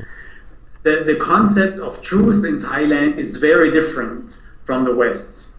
The concept of truth in the West, in most Western countries, is that you say something that is actually true, meaning it corresponds to the facts. The concept of truth in Thailand means you say what makes everyone feel good. And it really has nothing to do with the facts. If the facts are such that anyone might feel uncomfortable or offended or put on the spot, then this fact is to be avoided by all means. It shouldn't be said at all. So in other words, that means if you got something on your table and it's a cup of coffee, and for some reason coffee makes everyone uncomfortable, let's say, and then someone says, oh, here's a cup of tea, pointing at the coffee, everyone will politely nod their head and say, yes, here's a cup of tea, even if everyone sees the cup of coffee. But everyone knows the cup of coffee makes them uncomfortable, so therefore it's a cup of tea, and that becomes the truth. I mean, it's kind of not a real example with the tea and coffee, but I mean, if people know that anything makes you uncomfortable, that is not to be mentioned. That means you cannot tell someone clearly no. You can't tell someone you're doing it wrong. You can't tell someone you made a mistake. You can't tell someone, you know, your job performance really is not up to par. None of these things are considered socially acceptable. You can't raise your voice. You can't show your emotion. You can't get angry at people. You can't get angry at all. You lose face if you do that. So culturally, do they do it behind the closed doors then, basically, if they get angry and those kind of things, or how do they fire employees then? Or they don't and fire them, or? Well, it requires a whole different set of skills. That is why a lot of Westerners have problems doing business in Thailand or in Asia in general, because you can't do things like in America.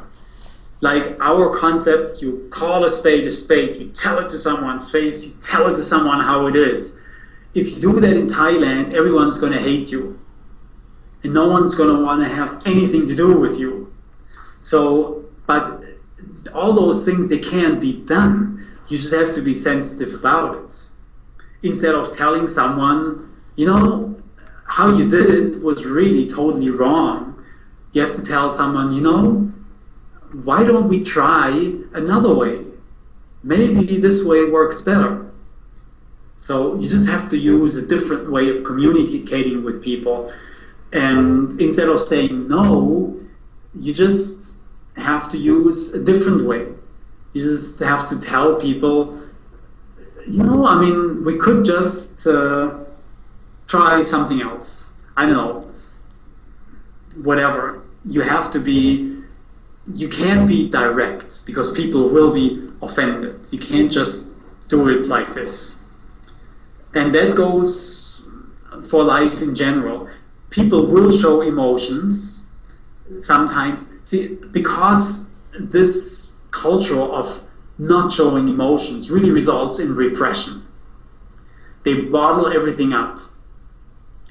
So therefore, when the emotions come out, it's like you uncork a champagne bottle and it goes boom, and it shoots out like crazy, and then they kill each other. Sometimes literally. So it's not always healthy that they repress their emotions. So there are many cases of violence in Thailand, especially domestic violence, because they keep things bottled up for so long.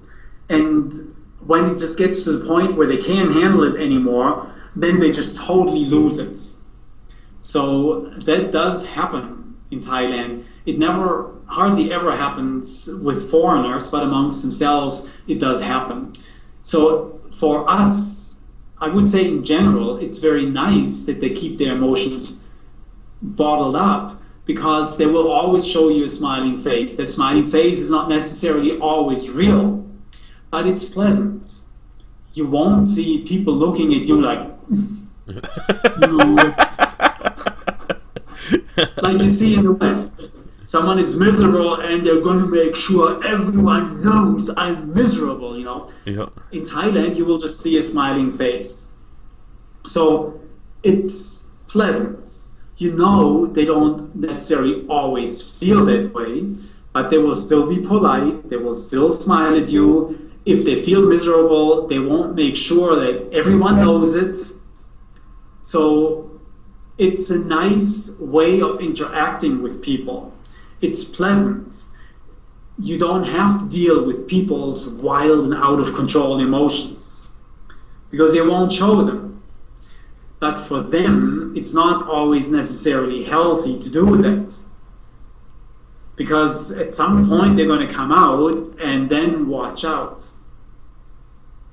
So they have their fair share of violence in Thailand, and I think a lot of it is based on this thing that they never really get to express themselves, and that's just emotionally not always healthy.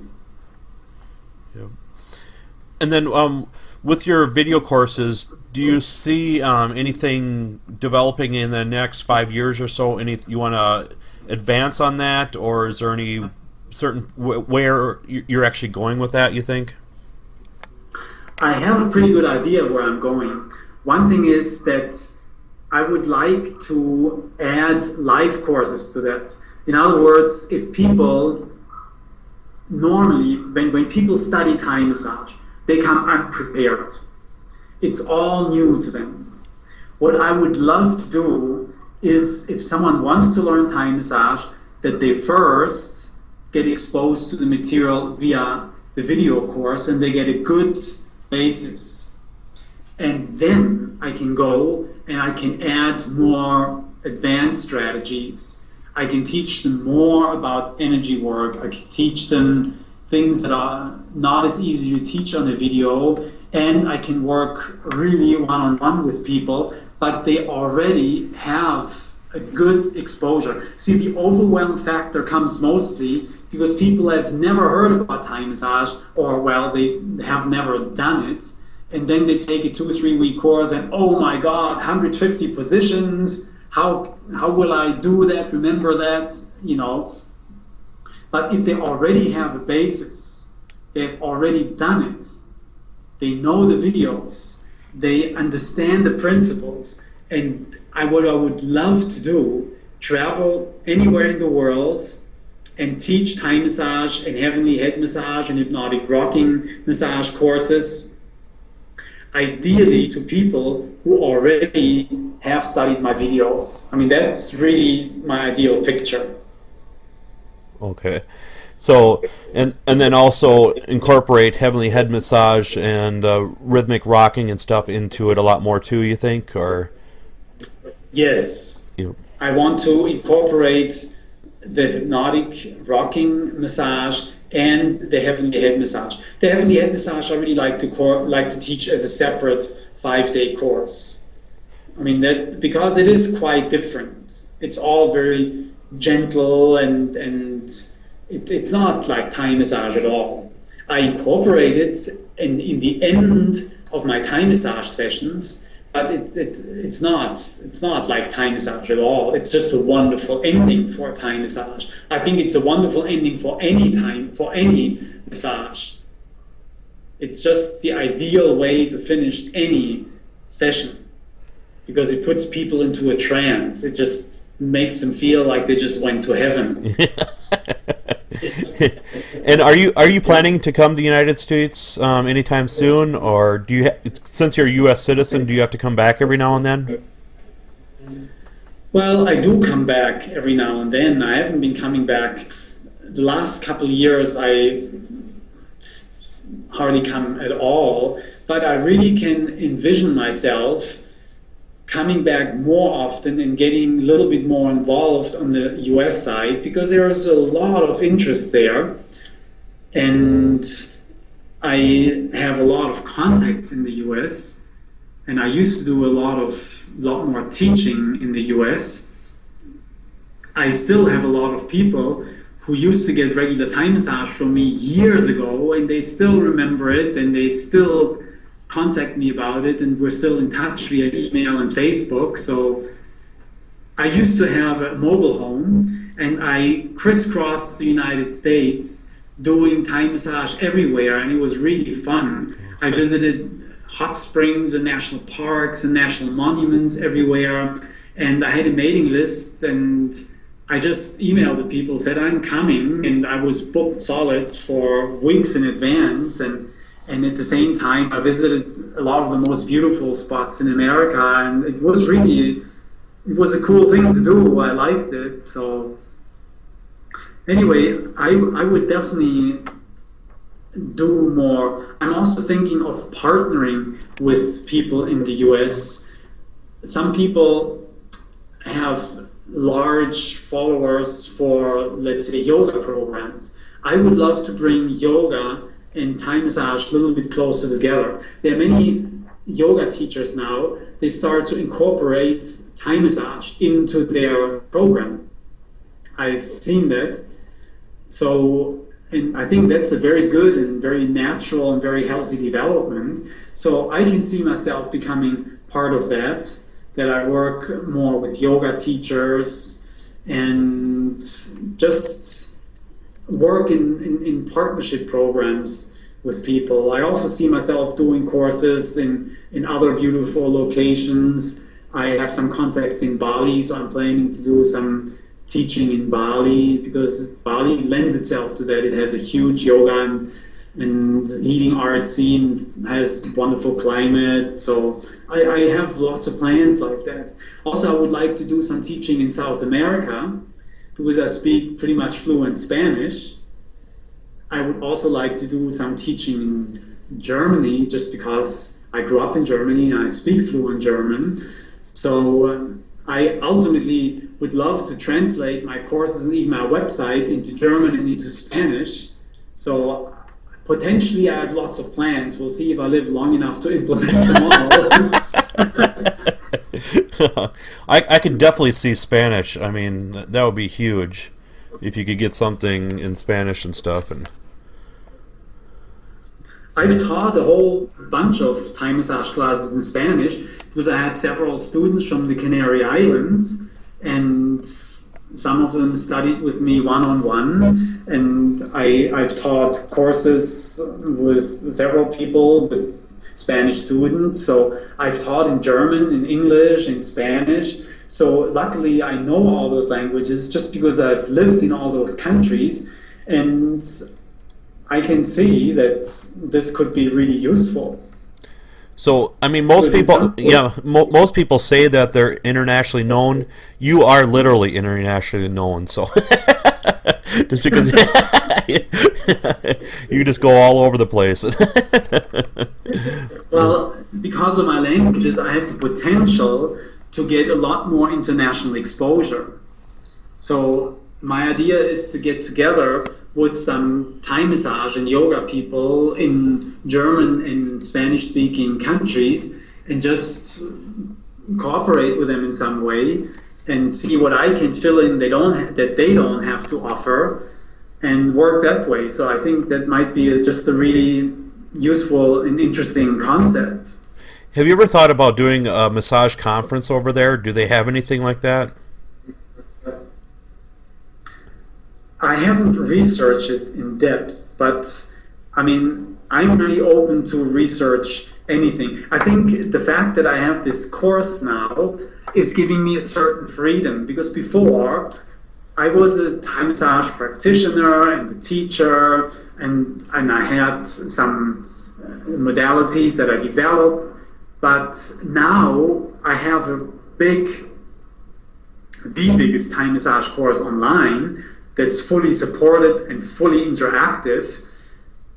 So I have something unusual, something special, and that helps because it's a meeting point. People can go to my website, they can see what I'm doing, they can get involved on the forum. They have so much more access to me, what I'm doing, and other people and my students. So I think, that's my whole idea, to create a forum for healing arts practitioners where we can connect and network. And that's what I want to really put out all over the internet, that I let people know, hey, go to my website, thaihealingmassage.com, and let's connect.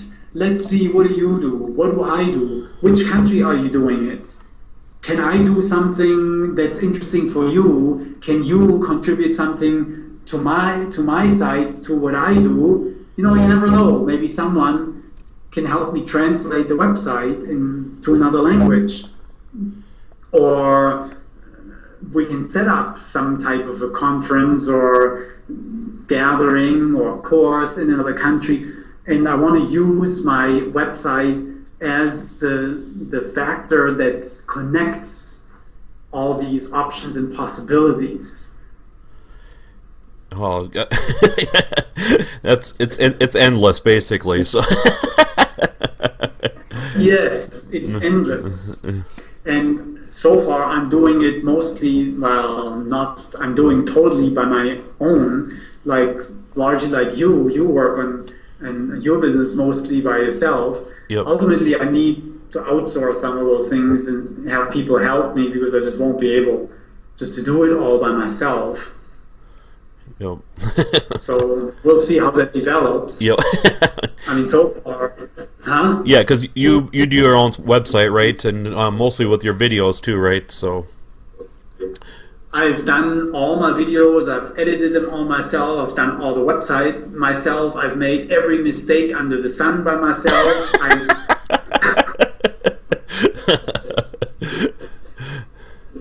It took me over half a year to do my video course, and largely because I didn't know how to do it. I had to learn it while I was going along.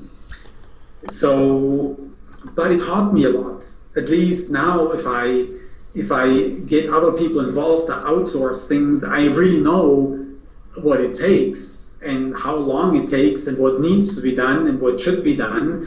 So I kind of learned it the hard way, the school of hard knocks, by doing it all wrong first and then figuring out how to do it right. But at least I know how to do it now. So I think that's a useful skill to have in my bag of tricks. Yep. And this has actually been my longest interview ever. It's 2.5 hours long so far. Wow. Yeah. Time flies, doesn't it? And I didn't even start talking about what I'm doing.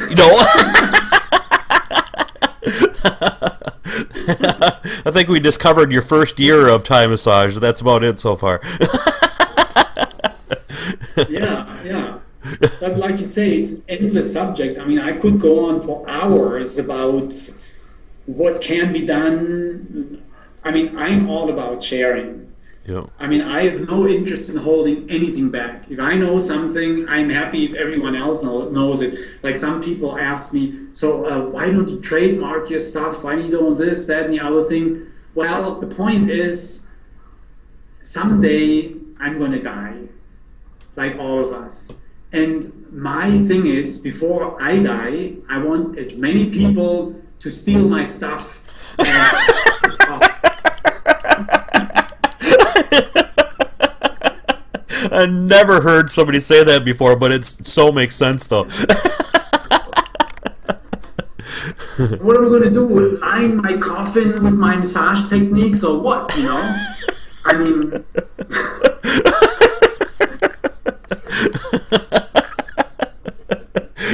You got to trademark that at least.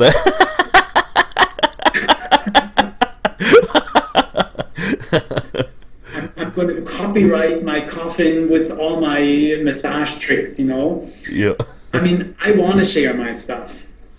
And yes, sure, I got to make a living also. But I mean, really, I would like to share it. And I do have some special things, like the heavenly head massage is definitely something unique. And I mean, there are other rocking techniques, but the fact that I combined it so much with the existing Thai massage is definitely something unique. I mean, other people do some rocking in Thai massage, but I've taken it to a whole new level. So yes, I do want to share it. Why can't there be more people like you out there? Pardon? Why can't there be more people like you out there? Well, there are. Look at you. Yeah. Sharing. Yo.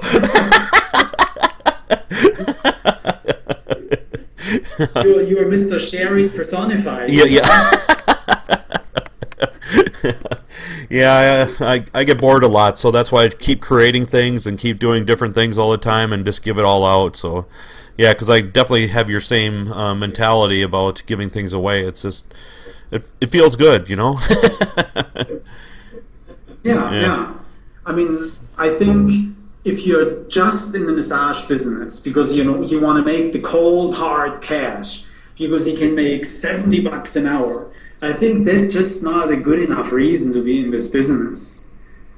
And I think the people who are really good at it, they're the ones who have their heart and soul into it. You know, it's not just about technique. Yep. So the main thing is, I mean, you got to make a living, but you don't have to take advantage of people, everybody too. So that's what's nice about it. And, yeah. So, I mean, you can make a living, and you should make a living, and I think everyone should make a good living. I mean, I'm definitely not a proponent of the New Age camp of you got to be poor to be holy. I mean, I think that's nonsense. I think everyone should be comfortable with the money they make, including massage therapists. But I mean, the beauty about massage is that you get to share a good energy. You know, what is it? I forgot the book where I read it, but there are the two concepts. When you do anything, if you just ask yourself the question, is this expanding your energy or is it contracting your energy?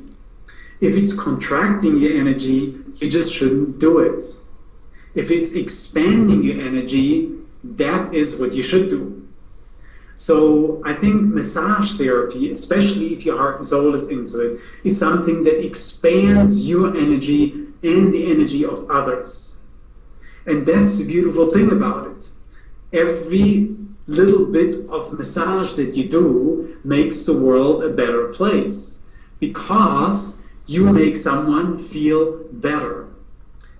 I mean, you might help someone with a physical condition, you might help someone just to get more relaxed, and any little bit of good energy that you put out there is something that's never lost. It is something that becomes part of literally the universe. It becomes part of the sum total of energy. So if you're a massage therapist and with your heart and soul into it, with a giving mentality, maybe it's a small amount, but that's okay, but you make the world a better place. And I think that is many times the best we can do. We can't change the world. We can't change how other people think, feel, act, but we can help people to feel better, at least during our session, maybe for a lot longer than that. We can help people go into a deep, relaxed, healing, trance-like state that they can't get on their own. So we can really do something that is important and that's valuable. And I want to be part of that. I want to be someone who can help people expand their energy. I want to expand my own energy. That can be my contribution. to the world. And I think it's much better to say, I do something, and what I do, it makes a contribution to the well-being of the planet, than to say, oh darn it, it's Monday, I gotta go to my job, you know? Right? So, yep. I mean, there is something to massage therapy that is just much more than, oh, I can make $70 an hour, which is a lot easier said than done anyway. I mean, some massage therapists get into that for that reason, but I think it's really the wrong reason.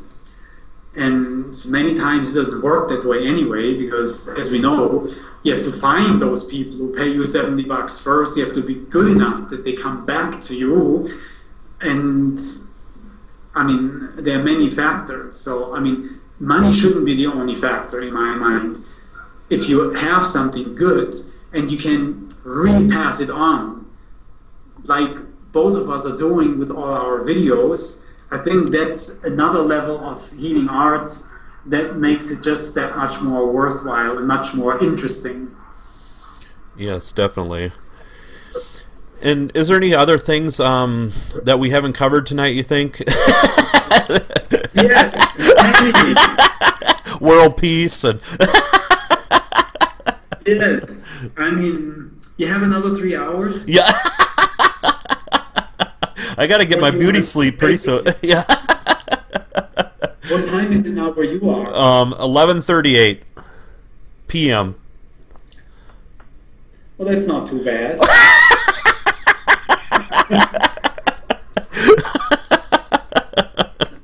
And what do you want to be when you grow up? Well, I think I want to. I mean, I think we're all here for a limited time. So I want to be able to look back and say how much of my life has been spent expanding the energy of the planet. That's like a really important concept for me. How many times have I been able to look at someone and make them feel better? How many times have I smiled? Because, you know, smiling is the easiest and cheapest way to make anyone feel good. So, I mean, yes, I want to be able to say I had a comfortable life financially. I wasn't starving. That's definitely important. But ultimately, it all comes down to this. When we leave this life, did we do something on the plus or the minus side? Did we make it a better place? Did we contribute something that makes people feel good, that helps them heal, that makes them laugh, that makes them inspired? Or did we do something that didn't contribute to anything? So I definitely want to be sure that I lived my life in a way that contributed to the positive side. So massage is one way. It's not the only way. That's something I learned in Thailand. Thai people love to smile. They don't show you their crummy side. So I think if I would say, what have I learned in Thailand? That's probably a very important thing. How can you look at someone and just by smiling and by projecting who you are, how to make someone feel good? You know, that is something that the Thai people are very good at. And I think I'm very Thai when it comes to that. And I always want to be Thai in that way. So when I grow up, I want to be a person, when I'm around people, then people will say, hey, being around Shama makes me feel good. He has this nice energy. That's what I want to be when I grow up. I don't want to be someone where people say, here's some miserable, grouchy old guy, let me get away from him, you know? Yep. So that is very clear for me. I want to be someone where people say, boy, Shama, I remember him 10 years ago. He gave me this massage. It was incredible. You know, that's a nice legacy. I mean, I have a whole bunch of memories like that. And I know some people have memories of me like that. And that's something I want to cultivate. Not necessarily just through massage, but it happens to be that I'm skilled at massage, and it's one very good vehicle to do that, to express that with. But, you know, when we get older, who we are is becoming written on our face. It is written in our smile. It is written in our wrinkles. It is written in the way how we interact with others. So it takes a long time to have a certain type of face, energy, smile, countenance. It's a lifetime job. So, and the end result is that at one point we are a person where everyone says, hey, I want to be around this guy. And that's really what I want to work for in my life.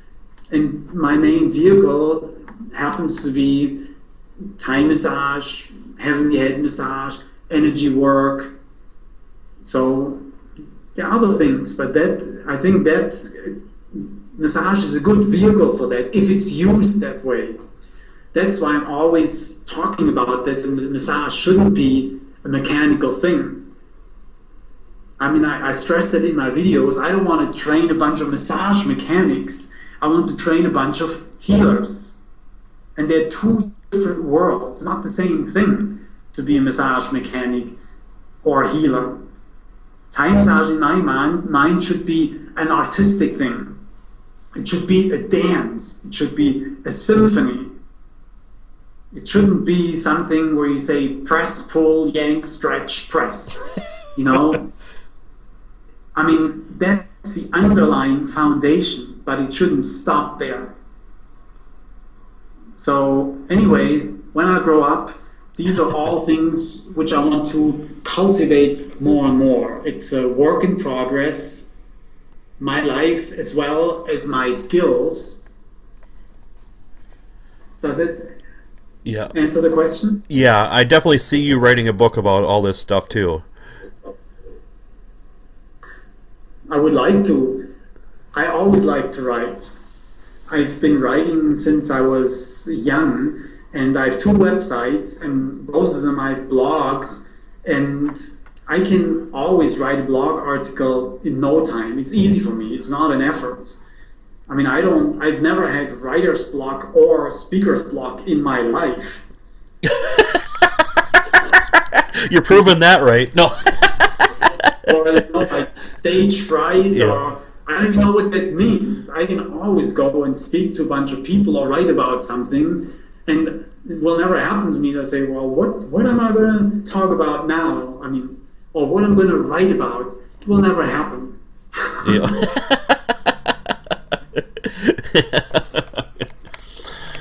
Okay, so it's been a real pleasure having you on tonight. And the thing is, I usually laugh a lot with my interviews and stuff like that, but I was so starstruck in a way about learning about the culture about Thailand. Because the thing is, I mean, us Americans, we just hear stories here and there, but for somebody to actually be there and to get the first-hand experience is just amazing. Yeah, I mean, I think what I should just add that, you know, every place has its strong sides and its weak sides. It doesn't matter if it's America or Thailand. I mentioned some things about Thailand, and they have their challenges and they have their weak sides. They also have their strong sides. And I mean, I'm here because I like Thailand. And I mean, nothing that I said should be construed as being valid for everyone in Thailand, everywhere. There are some Thai massage practitioners, they're simple, basic people and they don't know much about it, their work is mediocre. There are some people who are true artists who can do amazing healing work. There are some people who can look at you and they can fix things that you didn't even know you had. I mean, there's all kinds of them. So the tourists who come here, they're more likely to encounter one certain type of Thais who do Thai massage that's mostly geared for the tourist trade. But there are other parts of the country, other ways to relate, other skills that people have that you don't encounter as a tourist in Thailand. So, I mean, they're wonderful things. Maybe I should just share one quick story before I let you go here, because I think it's a good story.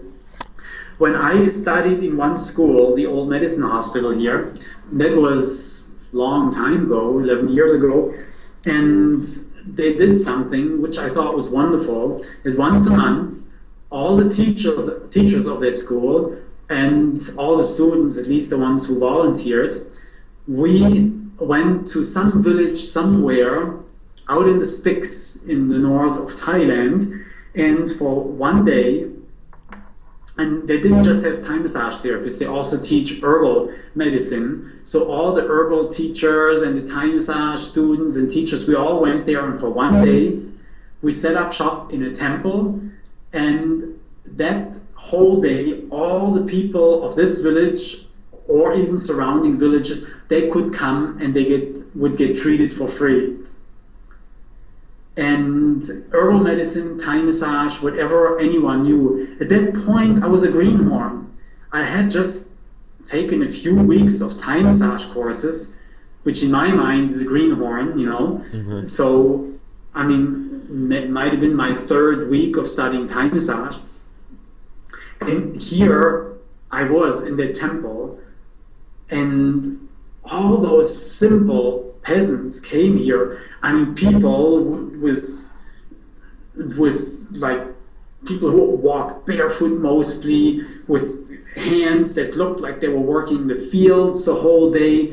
Some of them with real serious issues and didn't speak one word of English, and they didn't have money, they didn't have access to medical care really, and they came there by the hundreds and hundreds and hundreds, and they didn't have any facilities. They had simple straw mats on the cement floor, and they only gave us 20 minutes maximum with each of them. And here I was, a greenhorn with my Thai massage, and I felt, what am I going to do to help all those people? My skills in Thai massage are, I mean, next to zero.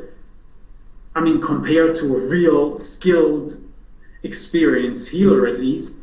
These people, a lot of them have serious issues, and I have 20 minutes. I'm working on a hard straw mat, which I'm not used to. What can I do? And they just assigned me someone, whatever disease that problem had. And what happened is that those people, they were so simple and so grateful. They didn't think, oh, here's some foreigner. He doesn't speak my language. Does he know what he's doing? What does he do anyway? What's he doing in my country? No.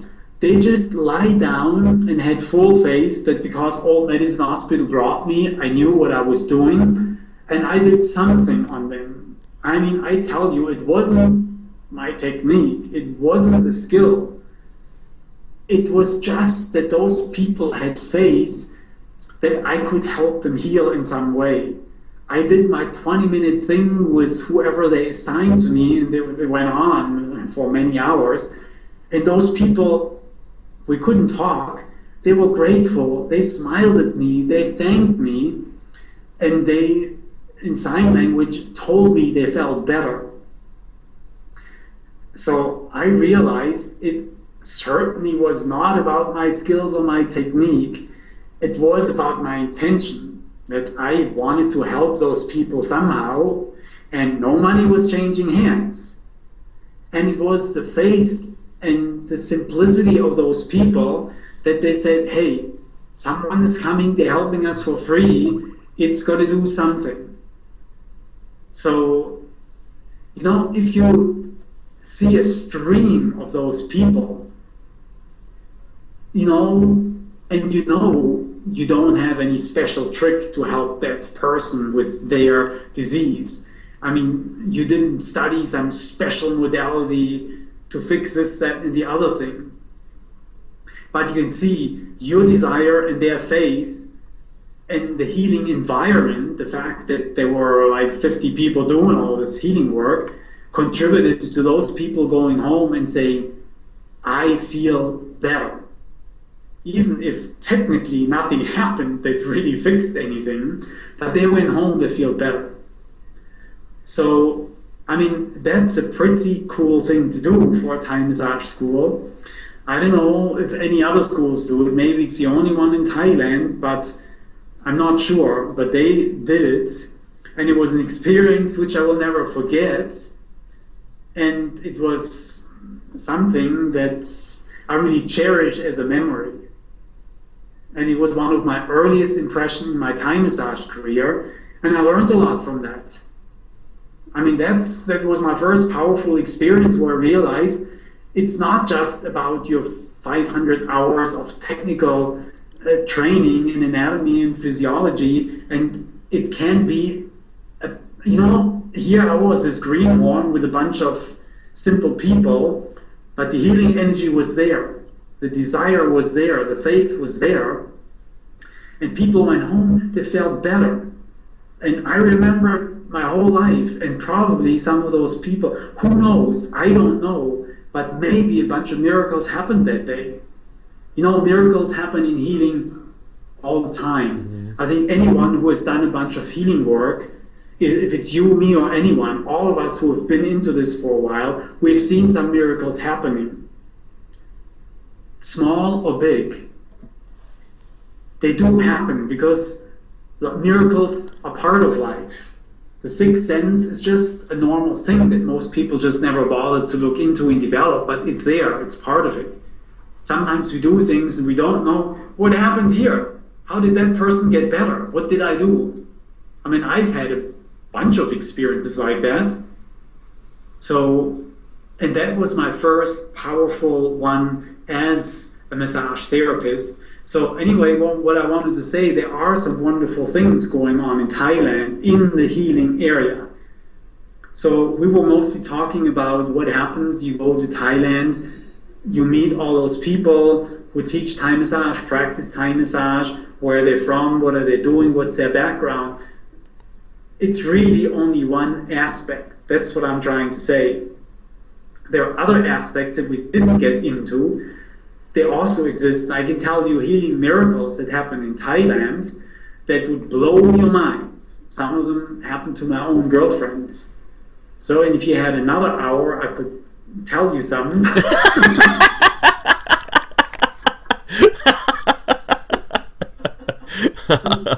How about 20 more minutes? You want to hear some miracles? Yeah, yeah. Okay, this one from my own partner. When she was a kid, a teenager, she had some really bad disease.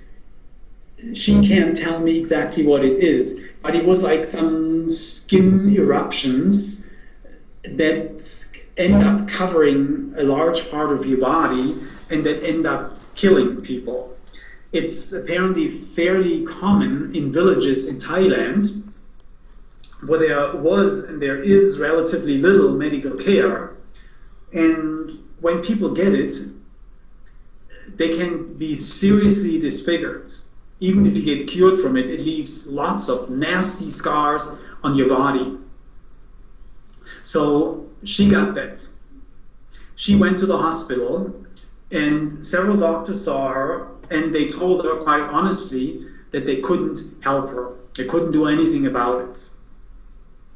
So there was a good chance she was going to die from that. So her parents took her to a local healer. And he was some wrinkled old guy, very simple guy. And he had this strange method of healing people. And it's too cold. Let me just turn down the... Okay, so he had this very strange method. What he would do, he had her pull up her clothes. It was mostly on her belly, and he chewed some betel nut. You know what betel nut is? No. It's some... In some Asian countries, they put it in their mouth and they chew it, and it becomes like some red substance in your mouth that turns your teeth red and black. It looks horrible. Both your gums and your teeth, you look like you're some kind of Frankenstein, like some kind of ghost. People who chew this for years, I mean, they look really disfigured. Their teeth black and red, their gums recede. It's horrible, but it's a mild stimulant, and people chew it because it like gives you a little picker-upper effect, you know. But anyway, he chewed this stuff, and then he spit it all over her belly and rubbed it all over her belly and her back, where she had all those lesions and eruptions. And then he told her to keep that on there, like wrapped her with some cloth or something. And he did that a few times to her. You know, just chewing betel nut juice, some horrible blood red juice. People spit it on the street, you know, looks horrible. But anyway, he did that a few times on her, and within a week or two, her disease was gone. Never came back. I still see this. I can still see the scars on her body, but she went back to the hospital. They said, well, it's gone, and they had no idea how it happened because they couldn't help her. So I know several stories like that. I'm not disputing that modern medicine has some great benefits. I mean, if I have a motorcycle accident and I'm scraped and burnt and have some broken bones, I don't want to have just some betel nut juice spit on me. I want to go to a hospital and have the bones set and everything. But no healing modality cures everyone all the time. Modern medical science doesn't cure everyone all the time, we know that. And Thai massage doesn't cure everyone all the time, and probably the betel juice doesn't cure everyone all the time. But everything cures someone at some time.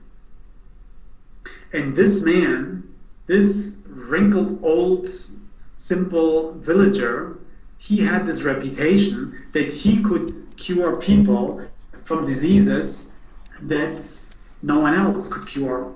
The hospitals, the medicine, the operations, the drugs, if no one could help them, this guy many times could.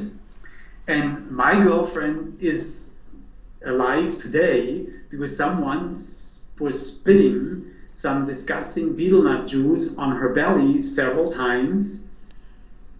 Well, I'm sure it wasn't the betel nut juice that did it, because she said he also did something which I can only translate as chanting some mantras or something. She didn't know. She was a teenager. She didn't have a clue what he was doing. She didn't know what mantras he was chanting. She didn't know the name of her disease. She didn't know what he was doing. She was a little simple, basic, a village girl from Thailand, you know. So what did she know? She didn't dare ask any questions. She was just afraid she was going to die, right?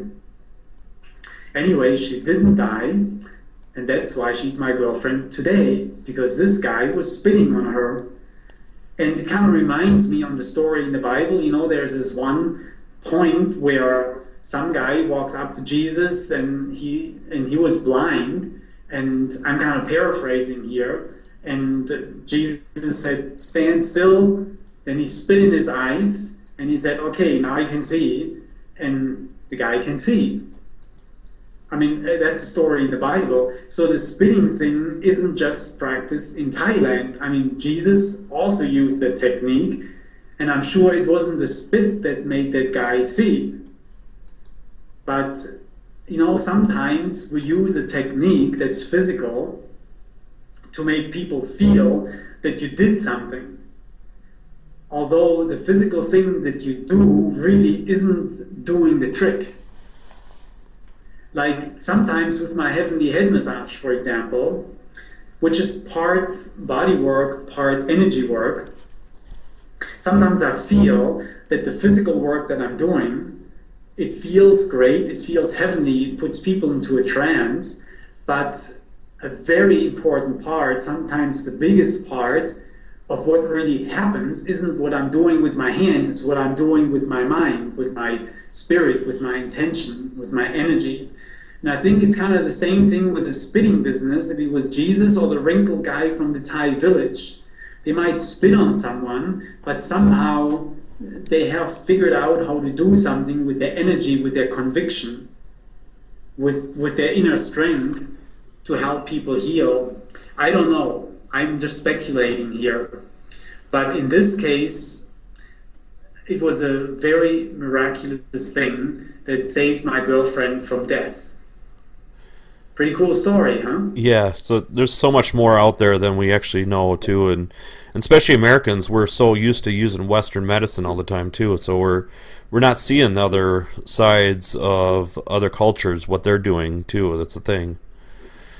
Yeah.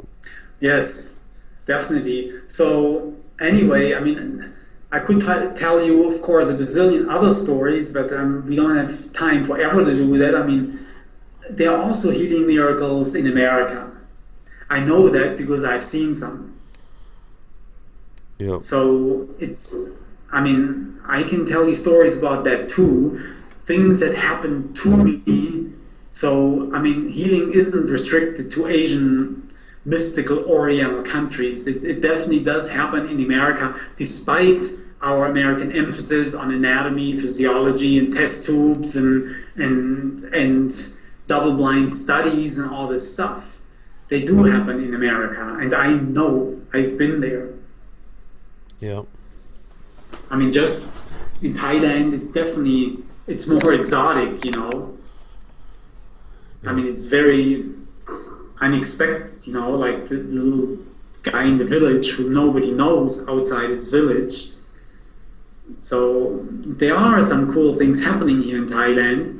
There are good and bad things happening everywhere. And when I say some things that are negative about something in Thailand, on the other side, there are at least as many good things. It's always like that. It just depends from which angle you look at it. Yep. But I live here for a reason. Yep. So there obviously could be more pros than cons for me, otherwise I wouldn't be here. Yep. And then if anybody wants to get a hold of you, you're easily to get a hold of through your website or through your Facebook, right? So it's facebook.com/Shama Kern. That's your Facebook page. And yes. So. I am really all over the internet. It's pretty easy to find me. Everything is /Shama Kern. It's Twitter /Shama Kern, Facebook /Shama Kern. It's YouTube /Shama Kern. And then I have a website which is called shamakern.com. And then I have my main website is thaihealingmassage.com. So, and even I've LinkedIn /Shama Kern. So Shama Kern is all over everything. And all my websites have a contact page, and all those contact options are listed. From LinkedIn to Twitter to Facebook to my other websites to YouTube. So I definitely make it extremely easy to contact me, and my email is there, and my Skype is there, and so I'm definitely very accessible. I love chatting with people. I love contacting them. I love getting feedback. It kind of really gets me going, I'm all about openness and sharing, and getting involved with other people who love healing arts, who have their stories. I wish everyone would share their stories on the forum on ThaiHealingMassage.com, place where people share their experiences, their miracles, their stories, their dreams, their what they're doing in the healing art. So that's really my vision. So I would like to work in that direction. Yeah, so let's make sure everybody that we come in contact too, try to send them your way and send I mean, it'll be a nice collection of stories too. I mean, those feel-good stories and stuff, I mean, it really helps aid everything to our whole profession. So that's what I like about it. Yeah. And I'm still in the process of setting the forum up.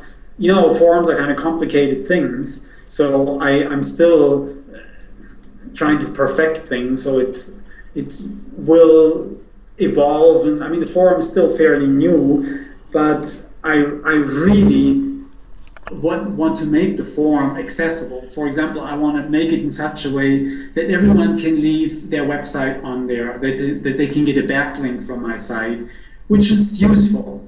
And I'm not competing with anyone because I have a very unique Thai massage online course. So I'm not competing even with people who sell DVDs. It's a different concept. So I don't care about people promoting their stuff, their courses on my site. I don't care if they leave their URL on my site because I don't feel I'm in competition with anyone.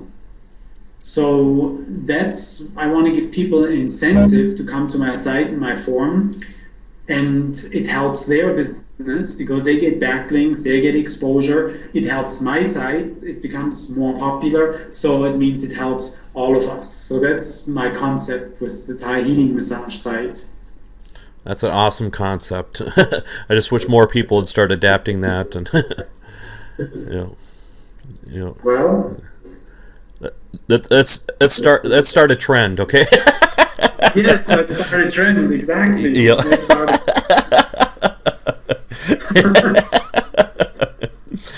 Okay, so it's been a blast tonight, Shama. I mean, I just my brain's full, I think, though. If I learn one more thing, I think I'm gonna explode. So. Well, I have to admire your brain. I mean, with your weekly sessions and all those people, you must have a brain capacity the size of the entire planet, you know? I mean, I have to drain it every now and then, so. Okay, so if anybody wants to get a hold of Shama, I mean, there's 100 different ways you can get a hold of him.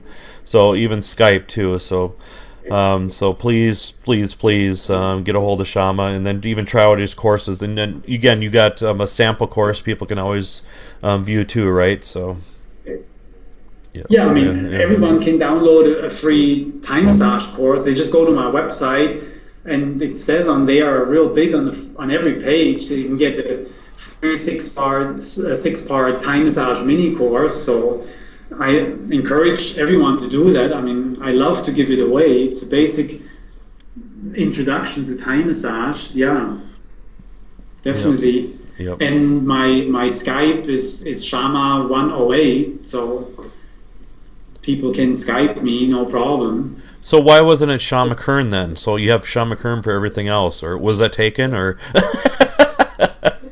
No, the reason is that I think the Shama 108, I did that long before I started my websites. I've had that forever.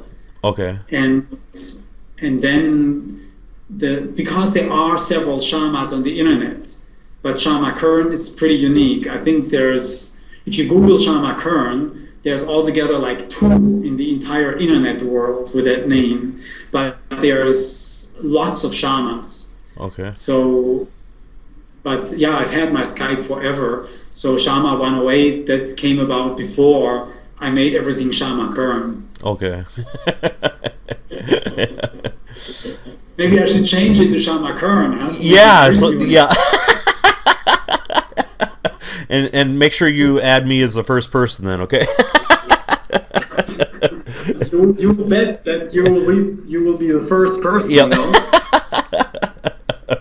Yeah. I'm so impressed with your work and what you do. I mean, your sense of sharing, the time that you take to do all this. I mean, all the videos you give away, your incredible generosity, the fact that you're so accessible. I mean, you're really a very unique person in the massage world, I have to say that. And I mean, I totally admire you, and I'm really grateful that you're doing that, and that I am on your show here. I mean, that's really a fantastic thing. Thank you very much, Shama.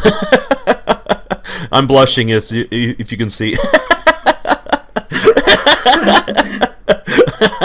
And when I blush, my head blushes too. So. That's right. Yeah. Okay. Okay. So thank you very much, Shama, and it's been a pleasure. And I'll be signing off now. I'm actually tired. Yeah. Okay. Thanks, man. Okay. Take care. Okay. Good night. Bye. Good night. Bye.